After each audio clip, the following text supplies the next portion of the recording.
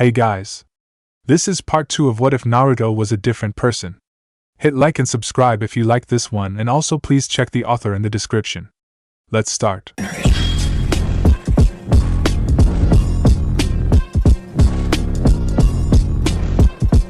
Chapter 5. The story begins. Suna. I would consider my stay at Empty Mayaboku as time well spent.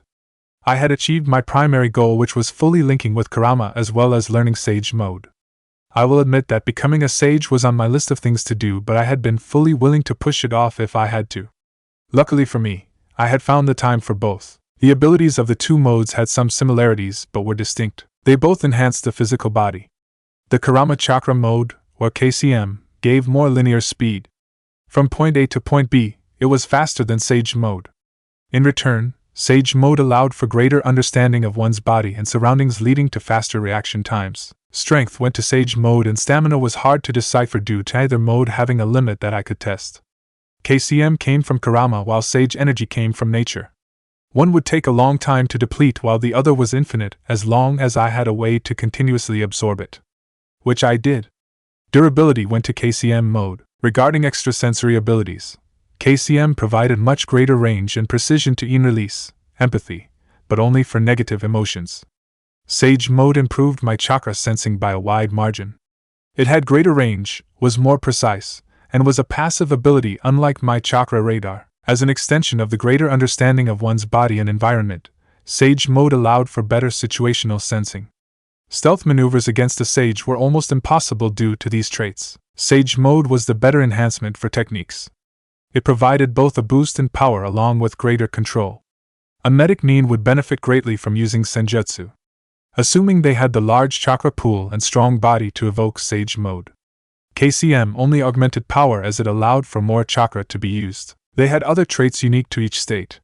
Using Frog Kata, which I was surprised to learn was its actual name, a sage could take the natural energy and surround themselves with it.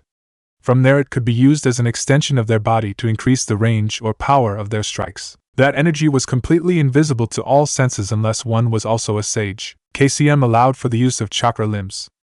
They could essentially come from anywhere on the cloak, which added another degree of unpredictability. They helped close the strength gap that existed between that form and Sage Mode. And finally, there was the Kurama avatar. Although only the Yan half, it was still the full size of Kurama when he was let loose on the Leaf Village, something that Jiraiya and later Gamabunta confirmed. That was one of the reasons I had been happy to unlock the seal and then test my abilities far away from the elemental nations. Keeping something of that size private would have been impossible. And I was all for having secret moves in my back pocket. The training the two forms required had been different. They both added on to my baseline stats, but only one of them gave me perfect understanding of how to make use of that boost in abilities. So, unlike Sage Mode, I had to learn to maneuver with KCM. Learn how much effort to exert to get the desired outcome. After that came incorporating all aspects of combat while in the shroud. Upon getting a good grasp of using the chakra cloak, I had moved on to learning to harness Senjutsu. Something that Jiraiya had been refining while I was busy. Either due to having me there with him, or just having that span of interrupted time to train, but he made great progress with his Sage Mode. The day he was finally able to enter that state by himself with only the standard changes was one to remember. It was interesting to note the difference in the color of the pigment around his eyes compared to Ken and Naruto. His were red, a color already associated with him, while Naruto had orange, a color that he was infamous for. Lead me to think that personal preferences played a role in the final outcome, until I obtained Sage Mode with orange pigment as well. So the preference didn't matter, or I had vestiges of Naruto in me. It was disappointing either way. Casually inferring about the benefit of clones and sage training had seen Jiraiya passing another benchmark. I was happy that both of us had gotten something out of the trip. In the end, I had managed to stack the two modes to get the best of both worlds. Furthermore, I had been able to control the KCM to the point where I hovered just under the threshold that would bring forth the full shroud. It provided a fraction of the physical enhancements but was more discreet. I only gained the golden eyes from the full transformation. It had no specific name, but I could maintain it as long as I was conscious. I'd like to think it looked like a personal dojutsu. Our departure from Empty Mayaboku had been heartfelt. They were a nice bunch, and their hospitality had been great. I had also gotten the confirmation that Gamakichi and his friends had completed their training and were okay to be summoned. I likely wouldn't need them for battles much, but they were enjoyable to be around. With a month left before Tsunade would expect us to return, we had gone to the capital where Jiraiya introduced me to a craftsman specialized in metalwork, specifically armor. He had seen most of the designs that ninja villages used, and was able to give sound advice on what would work. After some compromise, we had settled on something reminiscent of what they wore during the warring era and the Anbu vests. Of course, the color scheme was as I had decided early on during the training trip. A matte black that did a great job of not reflecting any light with golden trim and highlights. It consisted of a plate that covered both of my shoulders, a portion of my upper back and chest, and came with a raised collar. 2 other plates were then used to cover both sides of my torso. Connecting them all were a series of straps made from something that looked like thick ninja wire. One went from the top of the chest plate to the top of the back plate, holding them up over my shoulders. Another was used to hold those plates tight to my body and were connected at the side. The last set were straps that went into my pits and held the shoulder plate down. Due to the way they were positioned, only the ones at my side were visible. Not that any ordinary strike could sever them. They were very durable. In that manner, the 3 separate pieces combined to form one cuirass that didn't limit my range of motion while protecting the essentials. Besides that, I had also gotten a set of vambraces and a new forehead protector. My old one hadn't been damaged. I had simply wanted a different one. It was a replica of Jiraiya's, except it had more prominent horns that pointed straight up, and rather than. It was engraved with a rather appropriate act of symbolism that everyone should strive for, not just me. Drawn onto the equipment were a number of seals.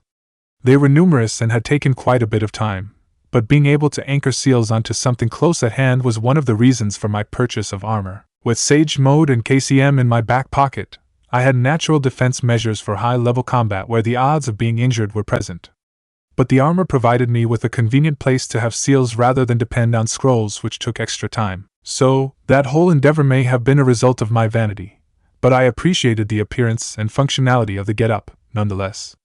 A person had to know when self-reward was appropriate, after all. It was the least I deserved after wrapping up a training trip that had seen me rise from a mere pawn in someone's plan for world domination to a significant player in the game. Because regardless of how much I had known, being weak would have doomed me in the end. But circumstances had changed and thus, fate would be rewritten. Goes. We had been making our way back to the Leaf Village when a messenger toad had reverse summoned itself to us. Urgent news had come from Suna, so in an attempt to hasten the process, Tsunade had sent the notice through her summons. From the home of the slugs, it had taken only a few hours to get to Empty Mayaboku, and from there they simply sent a toad with the message.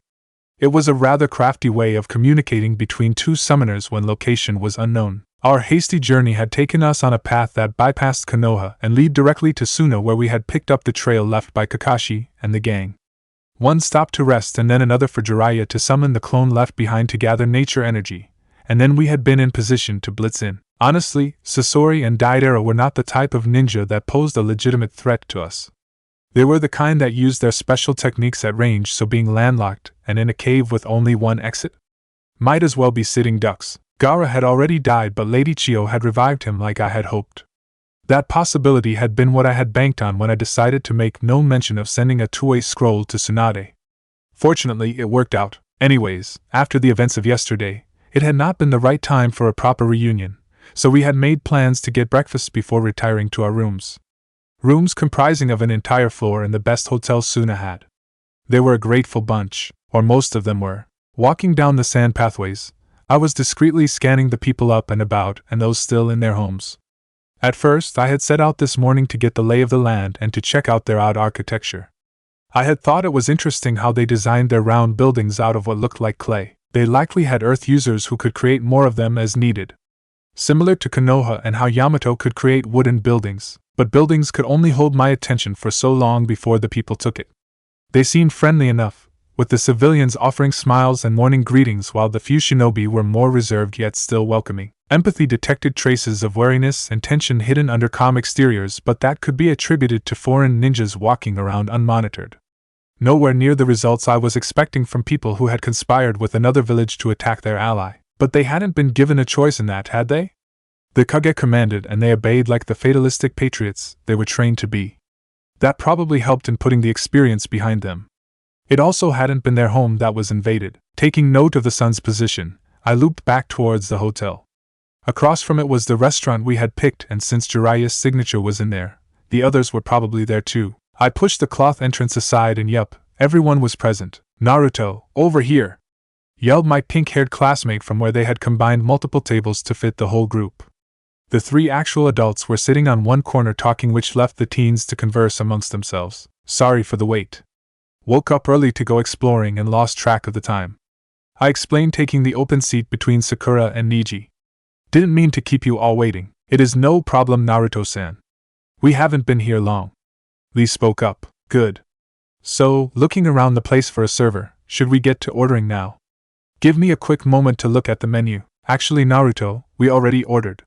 Jiraiya informed me from the adult corner. I picked something that I'm reasonably certain you will like. Steamed rice, miso soup, soybeans, and some water to wash it down. My treat. Sounds good. Thank you. I gave him a nod before turning back to the others. Unlike the adults, they had all changed over the last 2.5 years. All had gotten taller and filled out into proper teenagers. The attire was similar enough to what I remembered from the second part of the series.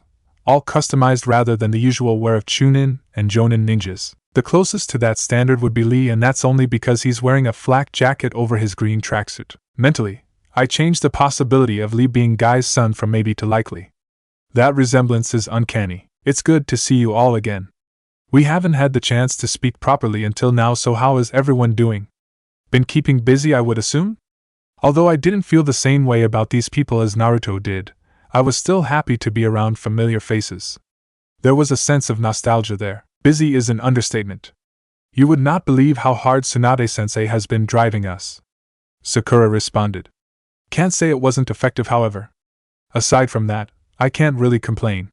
The last few years were good to me. Not anymore, we're all past that now. Tenten replied blithely before mock saluting. Team Guy at your service, indeed. Nodded Neji. Since every member of our team advanced past Genin, our old team number was inserted back into the cycle. Tenten and Lee are Chunin while I am a Jonin. Jonin? Congratulations, Neji. I always thought you would be one of the first to make it. You and Shikamaru. He just gave me another solemn nod before I turned to the others. Not that making Chunin isn't an accomplishment, you 2 or 3? Sakura? Yeah, I got promoted too. She confirmed. Okay, you. I did have my doubts about, but I'm happy to see you proved them unfounded. Good job. I nudged her arm and smiled to make sure she knew it was a joke. She rolled her eyes but smiled back. But really though, I missed a lot. It was for the best, however. You honestly did. The pinkette replied with a smirk. I sensed a comeback. Out of our class, you're the only Genin left. Kiba isn't going to let you forget that. Humph, you make it sound as if I spent my time away doing nothing. I scoffed. Let him say something, I'll teach him better. Won't win by farting in his face this time either. I am most curious, Naruto-san, started Lee, polite as always. Stressing over honorifics isn't my thing, but I realize it's a custom here, even among peers, so I don't let it get to me. At least he didn't call me Naruto-kun, or Chan. I became somewhat accustomed to it at Empty Mayaboku, but that's only because the elders are decades older than me and mean well. You are stronger than before, very much so. What tactics did you use to fan the flames of your youth? Funny you should ask that. I leaned back and panned an eye over the group to see everyone watching me. Guess my entrance really caused a stir among them. I followed in your footsteps and placed special emphasis on taijutsu and my physical capabilities. Truly? He looked really excited to have found another taijutsu enthusiast. Can't blame him, as it's a good thing to be skilled in. A ninja's bread and water. And a better base body means my various amps become more potent. Yeah. Lots of spars with Jiraiya and training with weights. Don't know how it compares with your training, but I think it worked well for me. Really well, I would say. But you also learned new jutsu, didn't you? Asked Neji. I had not been aware the Rasengan was a ranged technique. Assuming I am correct regarding the jutsu you used, don't forget the jutsu he used to freeze the cave. He didn't have that before he left either. Sakura pointed out. You're right, both of you. I have a few techniques which complement my current fighting style. Not so much the second one, but the Rasengan will always be a favorite. Makes sense. It's a strong technique. What I want to know is where you went during your trip. Anywhere interesting? Despite Tenten's open-ended question, her eyes ran over my forehead protector and my arm guards, which keyed me in as to what she really wanted to know. A lot of places, but most recently the capital. I saw no reason not to answer that bit. Not many ways it could come back to bite me. Jiraiya has a contact there who helped me design and forge the various pieces I'm wearing now and the armor from yesterday. If you're ever there, ask for a smith named Hanisher and tell him I sent you. Might get a discount. We'll keep that in mind. Why infinite? She pressed. That was a good question. My horn forehead protector was based off Jiraiya's, but when it came to what I wanted engraved on it, I ran into a wall. Ideally, it should have been something that I identified with, like how the old pervert chose oil due to his summons having a connection with the substance. I liked the Toad clan, but I certainly wasn't as close to them as my sensei was, so that was a no-go. I already have the Uzumaki patch on my right shoulder, and putting the leaf symbol on it would have made getting a unique protector pointless, so those options were struck off the list. I also considered putting a Renan Sharingan there purely for the image that horns and a third I would paint, but I ultimately decided that was a bad idea. If certain parties in the know saw that, it would raise questions and make them wary of me. No, it's best if they keep underestimating me. In the end, my mind returned to my goal. The purpose that I had set for myself from the very beginning, to rise to the top and thrive in this world. The more I thought about it, the more obvious it became that reaching S rank was not enough. Not even the upper tier of that class. To really thrive, I needed power. Power that probably hasn't been seen in this land for centuries. My mind had catalogued all the issues I had to deal with. The Akatsuki, Sasuke, Orochimaru, Black Zetsu. Aside from them were potential threats. Madara Uchiha being resurrected and getting his original Rinnegan. Kageyatsuki, the lady hidden in the moon. And then whatever Kishimoto, or whoever it was, put into Boruto. Following after the war arc means that those antagonists would have to be incredibly powerful to have any meaning to the storyline. Either that or cheats. The problem is that I never took an interest in the sequel to this series aside from the occasional YouTube fight. I would be going in blind. Meaning the only way to ensure victory was to be stronger. To have such overwhelming power that when the time comes, I'd curb stomp my enemies like Madara did to the Shinobi Alliance. But with no real knowledge of what the other horny aliens or ninjas could do, there was no way to know when I had reached their level. So surpassing them and leaving them helplessly outgunned became the only path to success, hence infinite. It symbolizes a promise I made to myself before I left the village. If I want to be able to face the threats that are after me, I need to strive for constant improvement. To keep getting stronger or risk being killed. These threats, do you mean the Akatsuki by that? The same group that attacked the Kazekage in his own village? Tenten asked tentatively. Was it possible she didn't know? She's a Chunin, meaning she could be more aware of what went on in the leaf, but she's also part of my generation, so perhaps that had something to do with it. Yes. The Akatsuki? A group of S-rank criminals who have made it their goal to hunt down all Jinchuriki and take their tailed beasts. Killing them in the process. I confirmed for her. And then to test my hunch, and I am on their list of targets. I hold inside me the nine-tailed fox that attacked our village years ago. My attention went to Niji after I said that. His impassiveness wasn't just a good poker face, he actually wasn't surprised, unlike Tenten and Lee, and to a lesser degree Sakura. Resignation and even pity, but no surprise. Interesting. As long as they are around, I won't be able to exist peacefully. I broke the heavy silence. Either they will come for me like they did with Gaara, or they'll catch me on a mission. Conflict between us is inevitable. So, I decided to prepare myself and take my future into my own hands. Your dedication is admirable, Naruto-san. Lee spoke up after meaningful looks with the other Leaf Nin.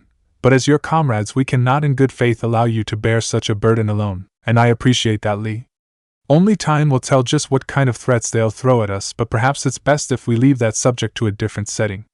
I don't want to ruin the light atmosphere. Certainly, Naruto-san. Lee nodded. So, did you decide to pick up a weapon at all? If so, I wouldn't mind having a sparring partner. Thankfully, Tenten was there for convenient subject changes. As much as it annoys me, getting some type of primary weapon is one of the few things that were neglected over the training trip. I sigh. I'm a wind user, so any bladed weapon would have been downright deadly in my hands, but there's only so much we could pack into the short amount of time we had. That and the fact that extending myself to cover everything that interested me would have meant sacrificing proficiency in other areas. And Jiraiya doesn't really use swords, so he wouldn't have been a good teacher. Really? I'm a weapons mistress myself. Perhaps I could help you out, some one-on-one training? She offered. Perhaps. But just to clarify, would you be showing me how to properly wield them or how to throw them at my opponents? I couldn't help myself. To my side, Sakura snorted and quickly looked the other way.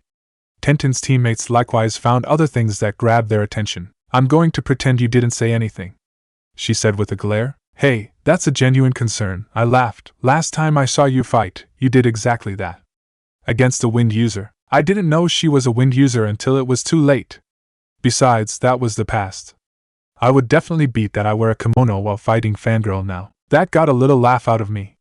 Guess she wasn't fully over the fan to the back thing. The Sand siblings used to be vicious back in the day. Even the makeup guy. I'm sure you could, I lied, don't really know who would win at this point. And I had originally planned on just paying a sword user to spar with me. But I'll see if I can fit you into my busy schedule. 10-10. You make it sound like it would be you doing me the favor, like you wouldn't benefit from having another moving target? Sensing something, I raised a hand to her. I think the food is coming. Indeed, a couple servers were wheeling over a cart laden with steaming plates. The smell emanating from them made me even hungrier. Nothing beats having hot food prepared for you. Almost nothing. Our stay in Suna had finally come to an end. And because I had friends in high places, the Kazekage and his associates had come to see us off. The rock steps and setting sun created a nice backdrop to touching moment. I suppose this is goodbye, Naruto. More like until next time. I have a feeling we will see each other soon. Stay safe, Gaara, and you as well. He responded, taking my outstretched hand. Make sure to stay in contact. You have no excuse now. Lowering my voice some, and deal with that too, I will. He replied, head dipping just a slight bit to signal he had received the message. I nodded and stepped back, ending the handshake. Well, I'll take my leave now. It's about time. Naruto Uzumaki returned to the leaf. Temari, Kankuro, until next time, bye Naruto, farewell. With one last round of goodbyes, we began our trek back home. He should be fine now. Since Shikaku was removed, the Akatsuki had no reason to come back to Suna. None that I knew of, at least. And with a pair of dual-end scrolls linked to me and soon Tsunade, Gaara should be able to communicate with us faster in case something does happen. Only time would tell. Goes. Good work, teams Guy and Kakashi. I expect written mission reports by noon tomorrow, but for now, you're dismissed. Tsunade commanded the members of the Gaara rescue mission. Falling out of attention, they trickled out of the room. Sending one last look over her shoulder, Sakura closed the door behind her, leaving inside the exact group of people who had been present when I left for the training trip. Moving to stand directly in front of her desk, I compared that day to the present. Not much had changed. Shizen was still wearing her black outfit and standing behind Tsunade. The Hokage looked the same on the exterior. Jiraiya had found the same wall to lean against with arms crossed. The room looked just as underwhelming as last time. I swear, if I ever got swindled into taking that position, I'll rearrange some things. With the squad of clones I would have helping me, we need more space and more seats. The wallpaper would likewise have to go. Hours staring at such dullness would get to even the most work-oriented person. Maybe a personal computer or 4, if they can advance technology that fast? Yeah, that could work. I can see the training had great results. Started Tsunade, bringing an end to my thoughts of ergonomics and office decor. Of course. What were you expecting? The same kid with a bigger Rasengan? I joked. No. I had complete faith in you. She smiled. I'm happy to see it was worth it. It wasn't all me. Although he may be lazy at times, Jiraiya has a lot to offer. He really did. I can't make excuses for his canon counterpart, but this one just needed a slight push and an attentive student to really shine.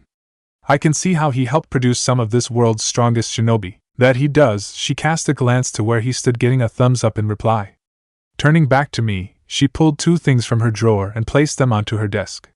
Jiraiya sent me word of your progress and the missions you did. Here, this is well deserved. Catching the sealing scroll and releasing its contents, I held a green flak jacket draped over my arm and a smaller scroll in my hand. Naruto Uzumaki, you are hereby given the rank of Special Jonin and the responsibilities that come with it. Do the village proud. Tsunade declared officially. That scroll has the basics of your new position. I don't think I have to tell you to read it soon, do I? No, you don't. I put the items back into the storage scroll. The jacket would likely remain there as I had no desire to wear it. The manual would be read later. I didn't ask for it, but since you offered, I'll accept this promotion. She snorted, letting go of the Hokage air. Was there any possibility of you turning it down? She asked. Not really.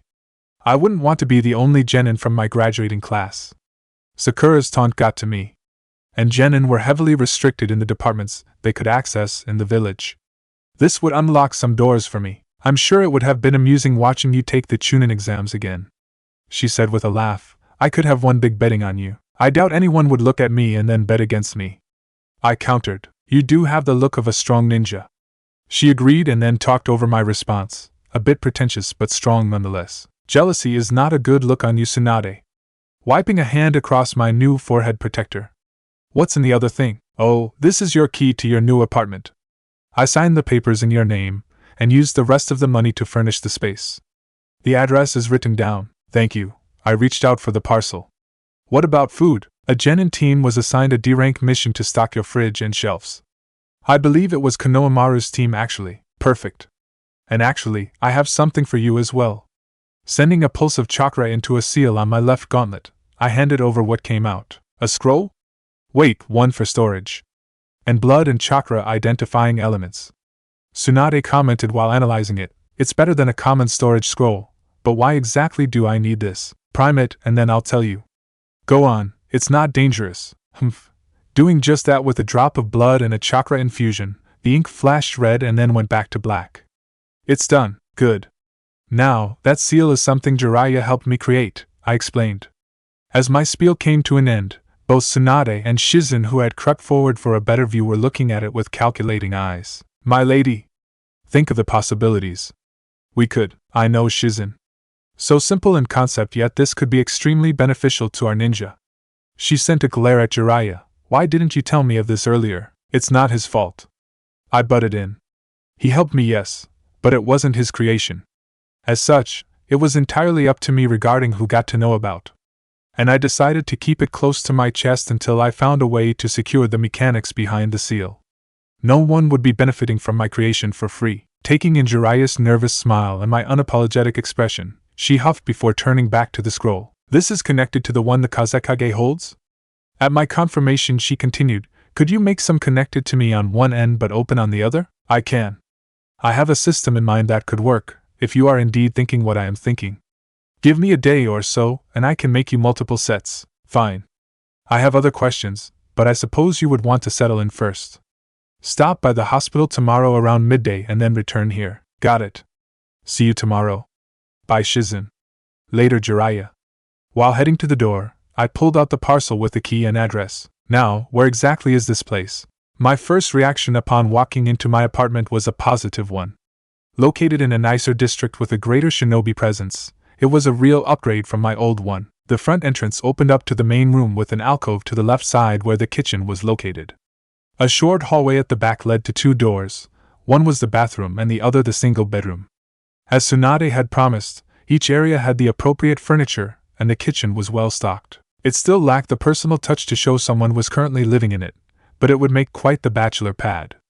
Just needed some decorations. And one more thing. Going about unsealing various scrolls from my arm guards, and then unsealing my belongings from those, I placed everything onto the bed. It wasn't a small quantity: clothes, souvenirs, cooking supplies, and other miscellaneous items. I kept almost everything I owned in seals, which is why I had gone to such lengths to protect them. It just so happened that the method I used had other applications as well. Setting aside my sealing equipment, two shadow clones came into existence and grabbed them. They had the task of adding protections to the apartment. Nothing outrageous like the 5-seal barrier, but convenient all the same. Proximity seals around the door and windows to detect people who would try to enter the apartment. Privacy seals that aren't public knowledge. These were used in the Hokage's office and other important buildings. They prevented members of the Hyuga clan from gazing through walls at their leisure. Needless to say, they were a well-guarded seal, and only Jiraiya, being my sensei, had given me access to them. Other privacy-oriented seals would be added, but they were of lesser effect. Moving around the room and organizing my belongings, I thought of my plans for the immediate future. The Hokage expected more dual-ended storage seals tomorrow, which was easy to manage with the aid of clones. As long as she provided the scrolls for them. They weren't overly expensive, but I would need a large number as each set required 2 of them. My funds were rather low after my recent expenditures. She also wanted me to get a medical examination before going back onto active duty. Or that was my reasoning for the hospital visit. It was likely, though, my information from years ago needed to be updated for the registrar. Going to see some old faces was on my list of obligations as well, but reunions would be postponed for a while if I couldn't get them done soon. Because in a few days I would have to leave the village for a special rendezvous with some snakes. When I had silenced Sasori before he could expose his secret, it hadn't been because I forgot about his little spy. Rather, it had been because I already knew that I didn't give him a chance to talk about it. The meeting being exactly 10 days after his defeat had made it easier to remember the when, and approaching the where like a multiple-choice exam on a map of the elemental nations had gotten me the Tenchi Bridge. It was the one of two that sounded familiar, and the other one was where Kakashi's life had gotten derailed. So, with the necessary information, there had been no need to allow others to hear about a spy with connections to Orochimaru. Because after seeing how it went down in canon, I had an idea of what following that route would have led to. At my current level, it wouldn't have been too far-fetched for Tsunade to ask me to capture the spy and bring them back. Even if it did turn out to be Kabuto. In fact, depending on the composition of the team, she might have expected for Orochimaru to finally be caught as well, the infamous traitor imprisoned and made to pay for his misdeeds at last. The Leaf would rejoice, and everyone would feel safer. Unfortunately, that's not what I wanted. I wanted them dead. I wanted them out of the picture with no chance of returning. There was a reason why I considered Madara and then Kagaya as potential threats. If I could prevent the resurrection of the ultimate Uchiha, then the war arc was almost guaranteed to not happen. At the least it would be shorter. Kagaya may have been released and used as the big bad guy, but Madara had done most of the legwork. In fact, I have doubts about Naruto and Sasuke being capable of victory because unlike with the Akatsuki, they would have had to kill Madara to win. Therefore, Madara should not be allowed back. Short of using the Rinnegan, there was one other way people could be brought from the dead in this world: summoning, impure world reincarnation. A kinjutsu that the rogue Sannin had stolen and one which Kabuto would use to great effect in helping Obito fight his war. It's not impossible that others knew how to use it. With Black Zetsu having spied on and manipulated many important figures over the years and Obito having the ability to warp into protected locations. But Zetsu wasn't capable of jutsu on his own and Obito could never be as great with that technique as Kabuto would be. Furthermore, those two were hard to pin down until later on. The snakes, on the other hand, they would essentially be coming to me. Propriety would dictate I go forth to receive them. It was not written in stone that capturing them would end with them escaping again. Rather, the possibility of them being executed for good was there. But the consequences of either one escaping could be disastrous. As such, I would deal with them myself. Besides, it was about time I met the latest reincarnation of Indra. Goes, Hinata POV. With deft movements cultivated from experience, she carefully unfolded the paper to reveal the dried pink tulip within. Bit by bit, Hinata gently peeled the plant from the paper and flipped it onto its face. She reached to the side for the special adhesive and applied a few drops to the main part of the flower and the thickest area on the stem. She made sure her fingers were clean before lifting the plant and laying it onto a white canvas and softly pressing it down. Eyes roving and not finding any mistakes, the Hyuga sat back with a smile of satisfaction. It would take a short while to dry out fully, but after that the process would be complete.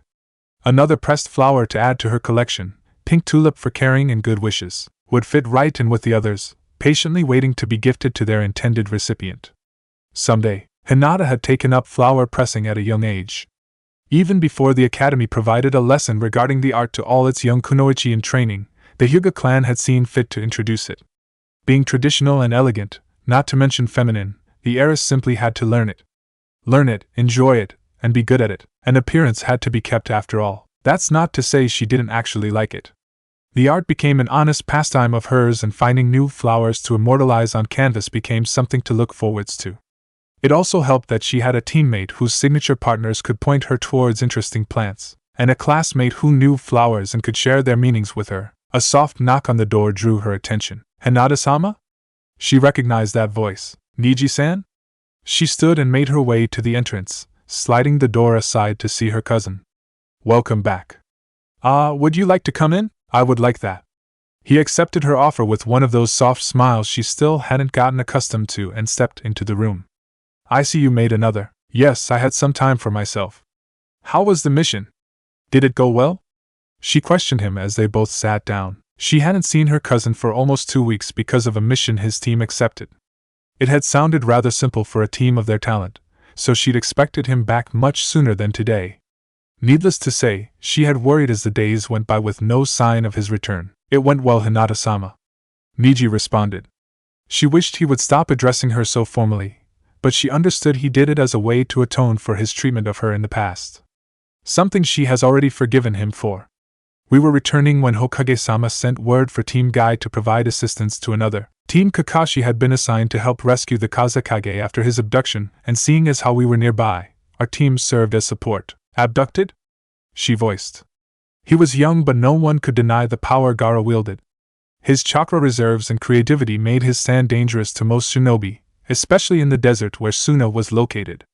She was not quite certain just what measures would be required to abduct one like him. Was he recovered? In a fashion, yes. But with further assistance aside from my team. That's also the reason for this visit, in fact. Another smile passed over his lips.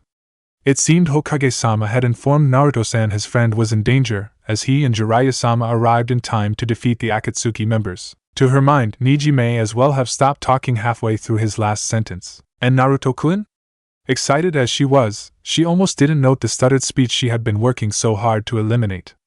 Naruto-kun was there? He was. Niji indulged her, and went on to relay his last mission and the conversations with her blonde interest. Hinata's mind was abuzz by the end of it. It sounded like his time away had been used to great effect, and she couldn't be happier for him. For so long Naruto-kun had had his sights fixed to the Hokage position, and now he had the means to support his case. He was much closer to his dream than before he left, which was a good thing. So she was definitely happy, but also to a lesser extent worried. Being powerful attracted attention, both good and bad, and it seemed Naruto-kun already had powerful enemies after him. She agreed with Lee-san in this case. The blonde should not have to carry that burden alone. She wouldn't allow that after he'd already endured so much by himself. Determination bubbled within her as it became obvious what she had to do. No one could say Hinata had been lax in her training over the last 2.5 years, yet it was apparent she had to take it further. Reach new heights if she wished to stand beside the one who inspired her so. She may have shied away in the past, and even now lacked the self-confidence to admit her feelings to him, but she could do this at least, and perhaps that newfound strength would lend itself to more personal matters. Chapter 6, Dealing with Pests. Konoha. Back in college, I had only a vague idea of what my life would look like at age 25. My student loans would have been paid off, I would have a job that I somewhat enjoyed, and perhaps there would be a steady girlfriend in the picture. Nothing too extravagant, but more than enough to be satisfying. Yeah, I also had dreams of coming up with a big idea and striking it rich, but I knew just how unlikely that was. A source of motivation were all those hallucinations would amount to. Of course, my current reality is even more fantastic than those dreams. Supernatural ninjas? Actual plots for world domination? Being in the very center of it all in a new body? Honestly, it was a lot to chew at times. More so because it was all from an anime I was very familiar with. Makes me question the logistics of it all. Was Kishimoto the creator of this universe? Or was he just viewing the events from Earth? But if he is the god of this unfinished story, as of what I remember of my old life, was he out there adding in details that were twisting the timeline? Would I someday run into something specifically designed to wipe out Naruto in an attempt of character development for Boruto? There was no way to be certain, and thus the best response to those queries was to push them aside and focus on the present. Needless worrying would only stress me out. Leave me with hair like Jiraiya's. Not a good look on me. It's a good thing that this world had some positives to focus on instead. Friends and acquaintances, good food, indoor plumbing, even the amazing view of Konoha right before the sunset as seen from the Hokage monument. The bustling of people living their everyday lives, some filled with joy while others stewed in malcontent, but each had their own aspirations for the future. Too bad none knew of the storm brewing on the horizon. Oh, there were plenty of experienced veterans familiar with the darkness of the ninja life, but none knew just what was waiting around the corner, and if I got my way, they would never learn of it. I would do my best to ensure that, not for the Leaf per se, even now there are some with lingering animosity towards me, but for the different people I actually cared for and because of how bad the final endgame was. Either stuck in the infinite Tsukuyami or sucked dry of chakra by Kaguya. Both outcomes were undesirable and not something I would allow to happen. My death being a requirement in the two plans simply guaranteed my protest. Anyways, looks like she had finally arrived. Hey Naruto. Greeted my expected guest. Sakura, you're just in time. I waved her over. You've probably grown used to it, but this sight brings back memories for me. No worries there. I'll never get tired of seeing the sunset from up here. I think you picked a great spot to talk. She commented, to which I agreed. It provided a scenic setting along with privacy, one I enjoyed and the other I appreciated when it was available. Privacy could be hard to come by in a hidden village. Sitting down next to me on Minato's head, We spent a few moments in silence before she broke it. So, Shizen told me about your promotion, HHM? Oh, I received it the day we got back. It wasn't a total surprise to me, though. I replied, I'll bet. You and Lord Jiraiya took out those Akatsuki shinobi so easily. You must be at least special jonin by that alone. There's that, but I also figured all the missions I'd done over the past year helped my case. I shrugged. What kind of missions? She inquired. I started with a bandit elimination. Which ones to mention? Afterwards I did some find and retrieve for different clients, intel gathering, escorts, and even bounty hunting. It was an eventful year. Well, no wonder you got promoted. You probably have more experience than a lot of our friends. I can't even imagine what doing missions with you would entail now. More S-rank Nin? She shook her head. I can see why Lady Tsunade didn't reactivate Team 7. Actually, that's because I requested it. Let me explain. I interjected before she could get upset. I want to be able to pursue the Akatsuki, and Tsunade already had the idea of creating squads to hunt them down. So, I figured that with our new communication scrolls, whenever a squad found their trace, I would just head out to meet up with them. Having to bring others along would slow me down. Are you really that fast that Lady Tsunade would allow you to move alone? I am. Besides time and space techniques, I can probably travel long distances faster than anyone live. With the arrow step I could use my chakra cloak to its fullest without worrying about being seen by people on the ground. Incredible. You really benefited from that trip. I guess I would have been deadweight if we teamed up again, huh? Her good cheer from earlier less visible. No one could realistically be expected to keep up, Sakura. It's not a slight against you. And besides, after 2 months I'll be able to take any type of mission, meaning we could team up even if it wouldn't be an official Team 7 thing. Why 2 months? She asked, no longer as downcast. With the attack on Gaara, we believe that the Akatsuki is mobilizing right now. I go back to active duty next week, and for the following 2 months, I'm on standby in case we get intel of their movements, meaning no missions that go outside our walls. Oh, okay. That seems logical. I'm glad it did, because I had argued my case with that reasoning so I would have time to focus on important stuff rather than on filler missions. As it was, I had barely managed to extend my inactivity period in order to fit in sneaking off to Tenchi Bridge tonight. Enough about that. Have you started on what we talked about? I asked with a side glance. Huh? Oh, about the training? Sakura asked, to which I nodded. No. I have no idea where to start, and I haven't seen Kakashi in the 3 days since we got back. Her shoulders sagged. No idea where to start, you say? Well, I've been working on something that should help you. It definitely did so for me. As I said that, a burst of chakra unsealed something from my gauntlet. Despite my hesitations about revealing more about my abilities than I wanted to, there were ways that I could strengthen my allies without giving my enemies too much leverage. This tool was one such method. How many storage seals do you have on those things, Naruto? And what are these for? She asked, picking up a belt from the stack I had deposited on the ground.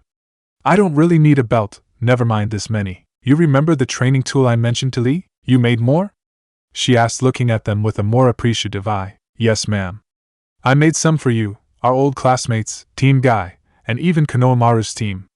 I want you to distribute them. I explained. Really? Thanks, Naruto. These must have taken you a long time to make with how complicated they look. She gushed. I think you forgot what my signature jutsu was, Sakura. I laughed. With a few clones, it hadn't taken over 20 minutes. Right. Those shadow clones are really useful. But still, thank you, you're welcome. And I have some words of guidance if you want to hear it. I offered, looking her straight in the eye. Sure. Taken aback by the sudden intensity, she took a while to respond. I never thought that you of all people would be offering sound advice, but please, anything would help. Okay. I took a moment to gather my thoughts. I think that a great ninja is one that is strong in body and mind. They should be fast, quiet, and efficient. I realize that not all situations allow for these characteristics, but when you make good use of them, conflicts can be ended quicker and more decisively. It's also easier to develop those traits than obtaining powerful jutsus to rely on. You following so far? Yeah. She nodded. Where did she pull that notepad from? Not important. Now what does this look like for you? You're probably wondering. Well, this is what I think. For the most part, you don't need to worry about the mental aspect. I haven't seen you in action, so I can't judge your kunoichi mentality, but I do remember how smart you are. That ability to think will take you far. So, that leaves the physical side of things. You're really good with enhancing your strength with chakra. You will likely get even better with time, but what you can start doing now is raising your baseline strength. That tag should help with that, speed as well. Wear it only when doing physical training and I guarantee results, especially if you can facilitate muscle repair and strengthening using your medical know-how. That kind of training and my rapid regeneration is one reason for my current strength. The sound of pen on paper could be heard over the general din of the still lively village. Is this how teachers feel when students actually pay attention to them? It's not a bad feeling. There is likely a limit to how far you can push your body in that fashion, but you won't know until you try it. You always need a disclaimer. Through that method, you would be faster, stronger, and better able to react to perceived stimuli. Even if you don't become a frontline fighter, those would benefit you as a medic while avoiding danger. Taking a breath, I forged on. With your good control and intellect, I think you could get even more out of Tsunade's super strength technique. Instead of focusing on attacks only, use it towards movement. By channeling precise bursts of chakra and calculating time and angles, I think you could have your own variant of the body flicker. You probably know better than me if that's physically possible. It might be, she said hesitantly. There would be so many variables to account for, like reinforcing the muscles in the legs and spine and then keeping the body oriented while in motion. Making sure the chakra expelled is focused towards propulsion of the user would be another thing. A clearing of my throat brought her back to reality. It's good to know it isn't a mere pipe dream. Having high speed along with your high damage potential makes for the best combination. The final thing that I remember from your sensei's style is that she lacks ranged attacks or simply doesn't use any. I assume it's the same for you and was thinking ninjutsu could help you there. What's your elemental affinity? That was the expected answer, but not too pleasing. I knew few earth techniques and they all came from Jiraiya's repertoire, not the kind that someone with small reserves and an untrained affinity could reasonably use. Even with great chakra control, okay. That can be a long-term goal then. I settled. Perhaps later on. My other suggestions are genjutsu and using your ninja tools. Those can supplement your other abilities regarding your lack of range. Overall, I think you should work on your physical training and figuring out that body flicker technique. I hope that provides some clarity. Yeah, it does, making a few last-minute marks before closing the notepad and stowing it away. Thank you, Naruto. I had thought you were being patronizing when you said to expand my skill set, but you just gave me excellent starting points. And the training belt. That will really help, she said with a radiant smile. No problem, Sakura. I may not be able to actually train you at the moment, but I can definitely provide guidance. You are also much easier to help than the others. Yeah, I suppose training a clan shinobi must be challenging. Sakura agreed. The majority of the Konoha 11 were clan kids. Heck, even I came from one, although it could be considered endangered. Anyways, from a young age they had been introduced to the shinobi arts that their clan used and had developed their style around their unique techniques. Some clans hardly restricted their members. The Senju, Uchiha, Uzumaki, Sarutobi, and many more. Everything was open to them. Once upon a time, it would have been very possible to run into one of those members who were proficient in every art. The worst type of ninja to face, on the other hand, were those clans with jutsus or abilities that had been honed over generations and taught to each member. That resulted in capable fighters, yes, but they were also stuck into a predetermined mold. Specific taijutsu styles, ninjutsu, team formations, etc. For one of them, rising in strength was a matter of becoming better with their clan techniques and adding minor alterations here and there. And that is what made helping them so hard, but because every ninja was expected to stay fit, the weight belt could be easily incorporated into their training program. Things that involved taking up chakra that would normally be used in clan techniques required more forethought, and likely a more convincing argument. Sakura, though, she had no clan, and even as a medic she was more attuned to Tsunade's brand. Meaning she had offensive capabilities and I knew enough about how they worked to offer advice. That's right. Standing up, I turned to face the village proper. Well, I'm heading back down now, but before I leave, I want to offer a word of caution. What is it? She asked while rising to her feet behind me. Take a look around. From up here, the village might present a unified front, but don't let it fool you. Not every leaf nin is on our side. I stated. You're saying there are traitors in our forces? The alarm was apparent in her voice. Does Lady Tsunade know about them? I suppose you could call them traitors. And she has her suspicions. What are we doing about them? Well, it is a given that any outside force would seek to plant spies within our borders. But it isn't those that I worry about. It's the rogue aspects within our command structure. Not everyone is happy with the current state of things. If that's the case, why not eliminate them? She asked, stumbling over the last part. Because they are not without support. They have been around for some time, and there is no telling where their roots don't reach. Even the Umbu could be compromised, the Hokage's own forces. Yes. I'm telling you this for 2 reasons. 1, because I want you to be alert and remember that information is crucial in the shinobi world. Especially that about one's abilities. You want me to keep my progress a secret? It's for the best. As you already know, I'm a high-profile target for various reasons, I said, looking over my shoulder and catching a look flash across her face. Therefore, I'm already doing my best to limit what they get on me. As an old teammate, it wouldn't be wrong to assume they could have an eye on you as well. I'll do my best as well, she nodded. So this is why you have been so tight-lipped about your training? You're afraid of someone creating countermeasures for you? Partly. Like I said, information is key. That is one theme that was prevalent during the latter part of the series. One didn't need to look very hard to see it. Shikamaru defeating an S-class ninja. The link of manipulation going from Black Setsu to Madara to Obito, and then to Pain and the Akatsuki. All could be explained by having or lacking certain information. So, as of now, no one where I stood exactly. Danzo, if he was as competent as he liked to pretend, likely knew I was strong but not how big of a threat I actually was. Those outside the village knew even less, and I like it that way. Secondly, there are ongoing attempts at filling up the open space left by Sasuke. I continued, they are trying to force Tsunade's hand to place their own agent in our team, but you have your own task for now. Sakura pointed out. Meaning the team isn't active yet, and therefore they have to wait 2 months before they can make something like that official. Right, I nodded, but if it does go through, we would have a spy at best or an assassin among us. She finished, to which I affirmed. According to Tsunade, Danzo wanted to place someone around our age into the team. I automatically guessed it would be Sai, but realistically, the cripple could have various people who meet that requirement working under him. And even if it was Sai, I don't think I have the right personality to sway him to the light side like Naruto did. That's just not my thing. Without that factor, Sai would basically be a robot carrying out orders from a hypocritical old man, and that's not the type of person I want around me. Sakura would undoubtedly feel something off about the guy, but extra warning shouldn't hurt. I really hope Lady Tsunade doesn't let that happen, Sakura said worriedly. When did internal village affairs become so out of sync? Is it really so surprising? Just this week you found out something the whole village had been keeping a secret. I would think this much easier to manage as compared to learning that your parents had been lying to you for the last decade.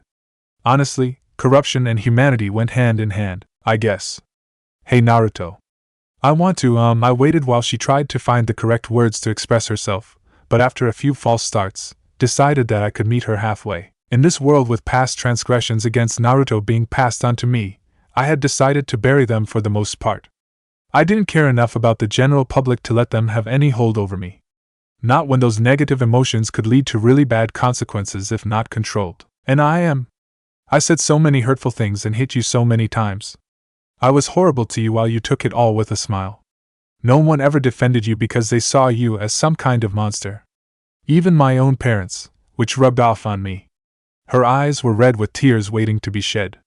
I need to apologize, Naruto, even if only for my sake, to get this weight off my chest. I'm sorry. I'm sorry for taking advantage of how nice you were and putting you down. I'm sorry for making your life harder than it already was.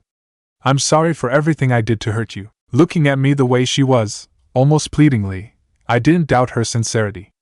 Placing a hand on her shoulder, I said my next words hoping she would take heed of them. I forgive you, Sakura. Letting the tears fall at last, she stepped closer and wrapped her arms around me in a tight hug. Returning the gesture, I noted how awkward I felt doing this. Not the hug, but rather the idea behind it. It just didn't feel right when I knew the person she should really apologize to was not here anymore. For now, all I could do was give her the chance to unload. Goes. Kusa. Everyone looks down on the Byakugan as being the weakest of the 3 dojutsu, and they're technically not wrong. One of the others lets you copy hand seals, create genjutsu via eye contact, and unlock even crazier abilities. And that eye is considered the weaker precursor to the third one, but the wide eye is certainly not useless. As long as you don't mind the bulging veins around the eyes, it allows for a visual range of several kilometers, X-ray vision that still makes no sense to me, and telescopic sight. Not too bad. It's definitely something that I could benefit from with my preference for assassination techniques. My sensing capabilities served me well enough, I suppose. Sitting under the shade of a tree while molding the natural energy around me to my needs, I was more than aware of the two signatures a few kilometers out and slowly coming closer. One was dimmer than the other, no doubt Orochimaru angling for the surprise attack. I feel it as the first one reaches the point I had designated ahead of their arrival and knew the moment had come. It was show time. Kurama, do it. I made a hand seal that I hadn't needed to in quite some time and felt my partner do the same. Ninja art - shadow clone jutsu. My chakra surged to answer my call, maneuvering in ways it had grown accustomed to. As it moved in my pathways, something accompanied it. The two energies combined and left my Tenketsu points to form an almost perfect copy of myself. The same black attire covering everything below the neck. Same armor covering the torso and forearms. Same blonde hair and whiskers. Typical me in every sense, but in the middle of the orange pigment, the clone's eyes were a vivid red. Such a strange sensation, he grumbled, looking down at a clenched fist. Although different, the sheer power in this form is substantial. There was also that. His voice was nothing like mine. Really, one would think his voice would change to reflect the different body, however, it remained just as powerful. Were I a lesser man, I might have felt jealous. The satisfaction of a jutsu working on the first try kept me strong. That's probably the natural energy. Trust me, my baseline is nowhere near that level. I stood up and started walking away. Try not to have too much fun. I could have said good luck, but that wasn't a factor here. We called this technique the shadow clone because that's what it was, essentially. It had a conscience just like a regular one, but in this case Kurama was taking the driver's seat by sending his mind into the clone. Similar to the Yamanaka, his body didn't move, but he was possessing the clone, which came with all the benefits. He had my innate familiarity of a bipedal form along with all my techniques at his command. And on top of that, was the natural energy. No, the one in need of luck was Kabuto in this case. Maybe Kami would have mercy on him, because Kurama definitely wouldn't. My first strike was set to kill a regular shinobi, but the old snake was beyond that point now. So instead it would function to further separate the two Sannin and force him to shed his skin. From there, it was simply a matter of killing him multiple times until he assumed his true form. And then die permanently. That was the gist of the plan. Start with him on the back foot and keep it that way.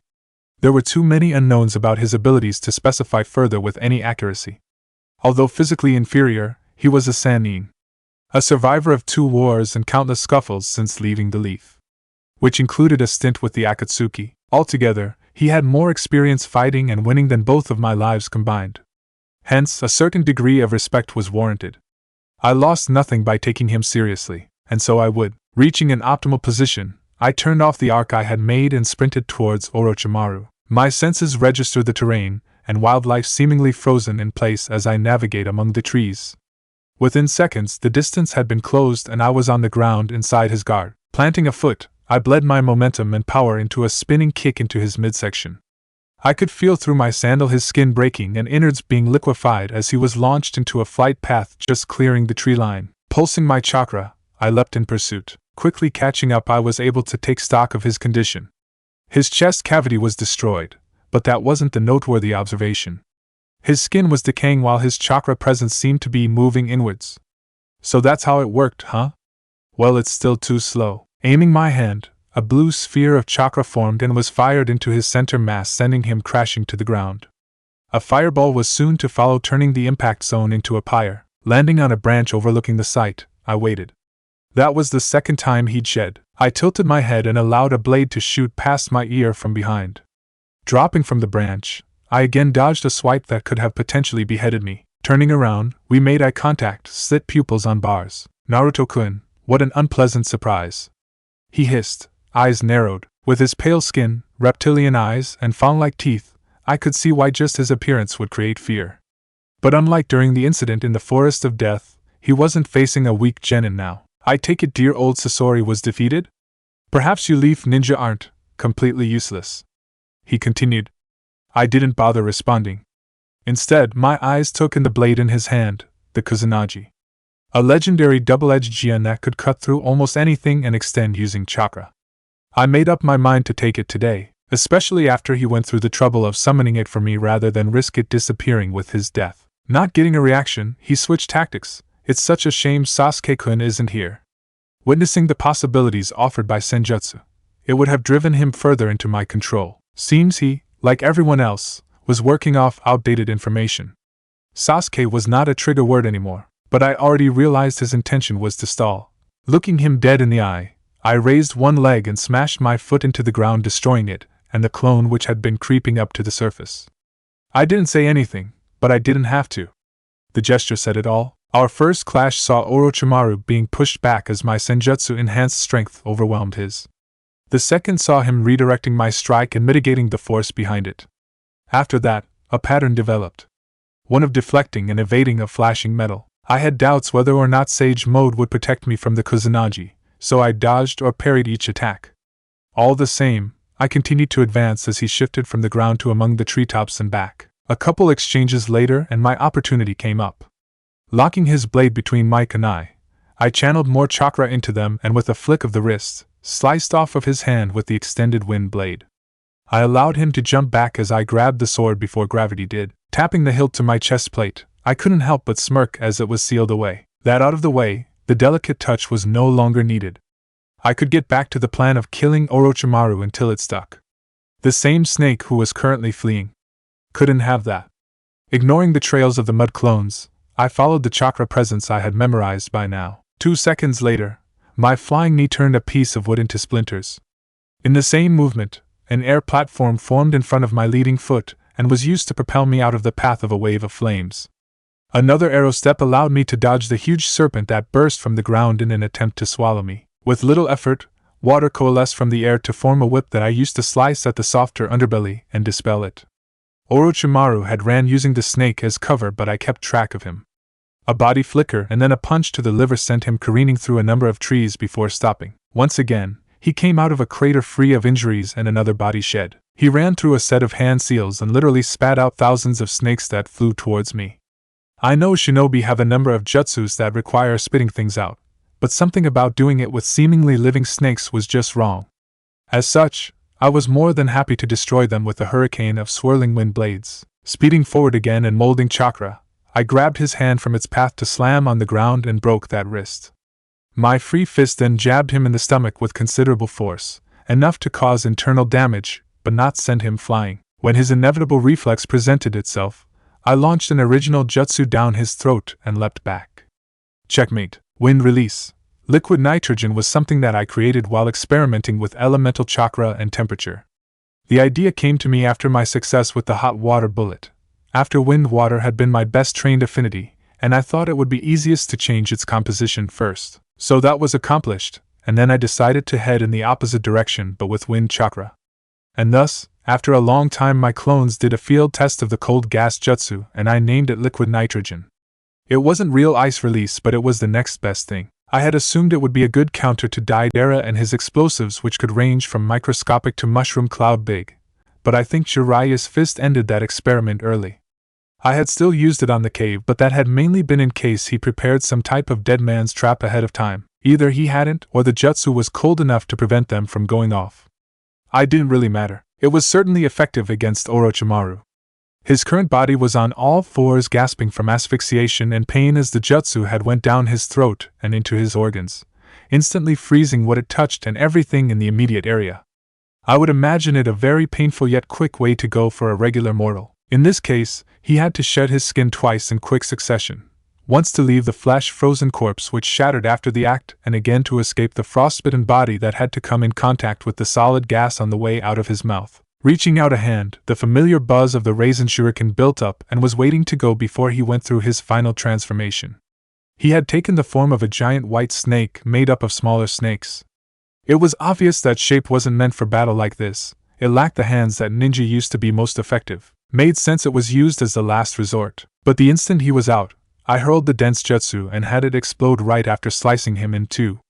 The barrage of visible and cellular level wind blades left his carcass as a bloody lump of flesh, all structural integrity lost. Feeling his presence fade from my senses, I allowed myself to relax somewhat.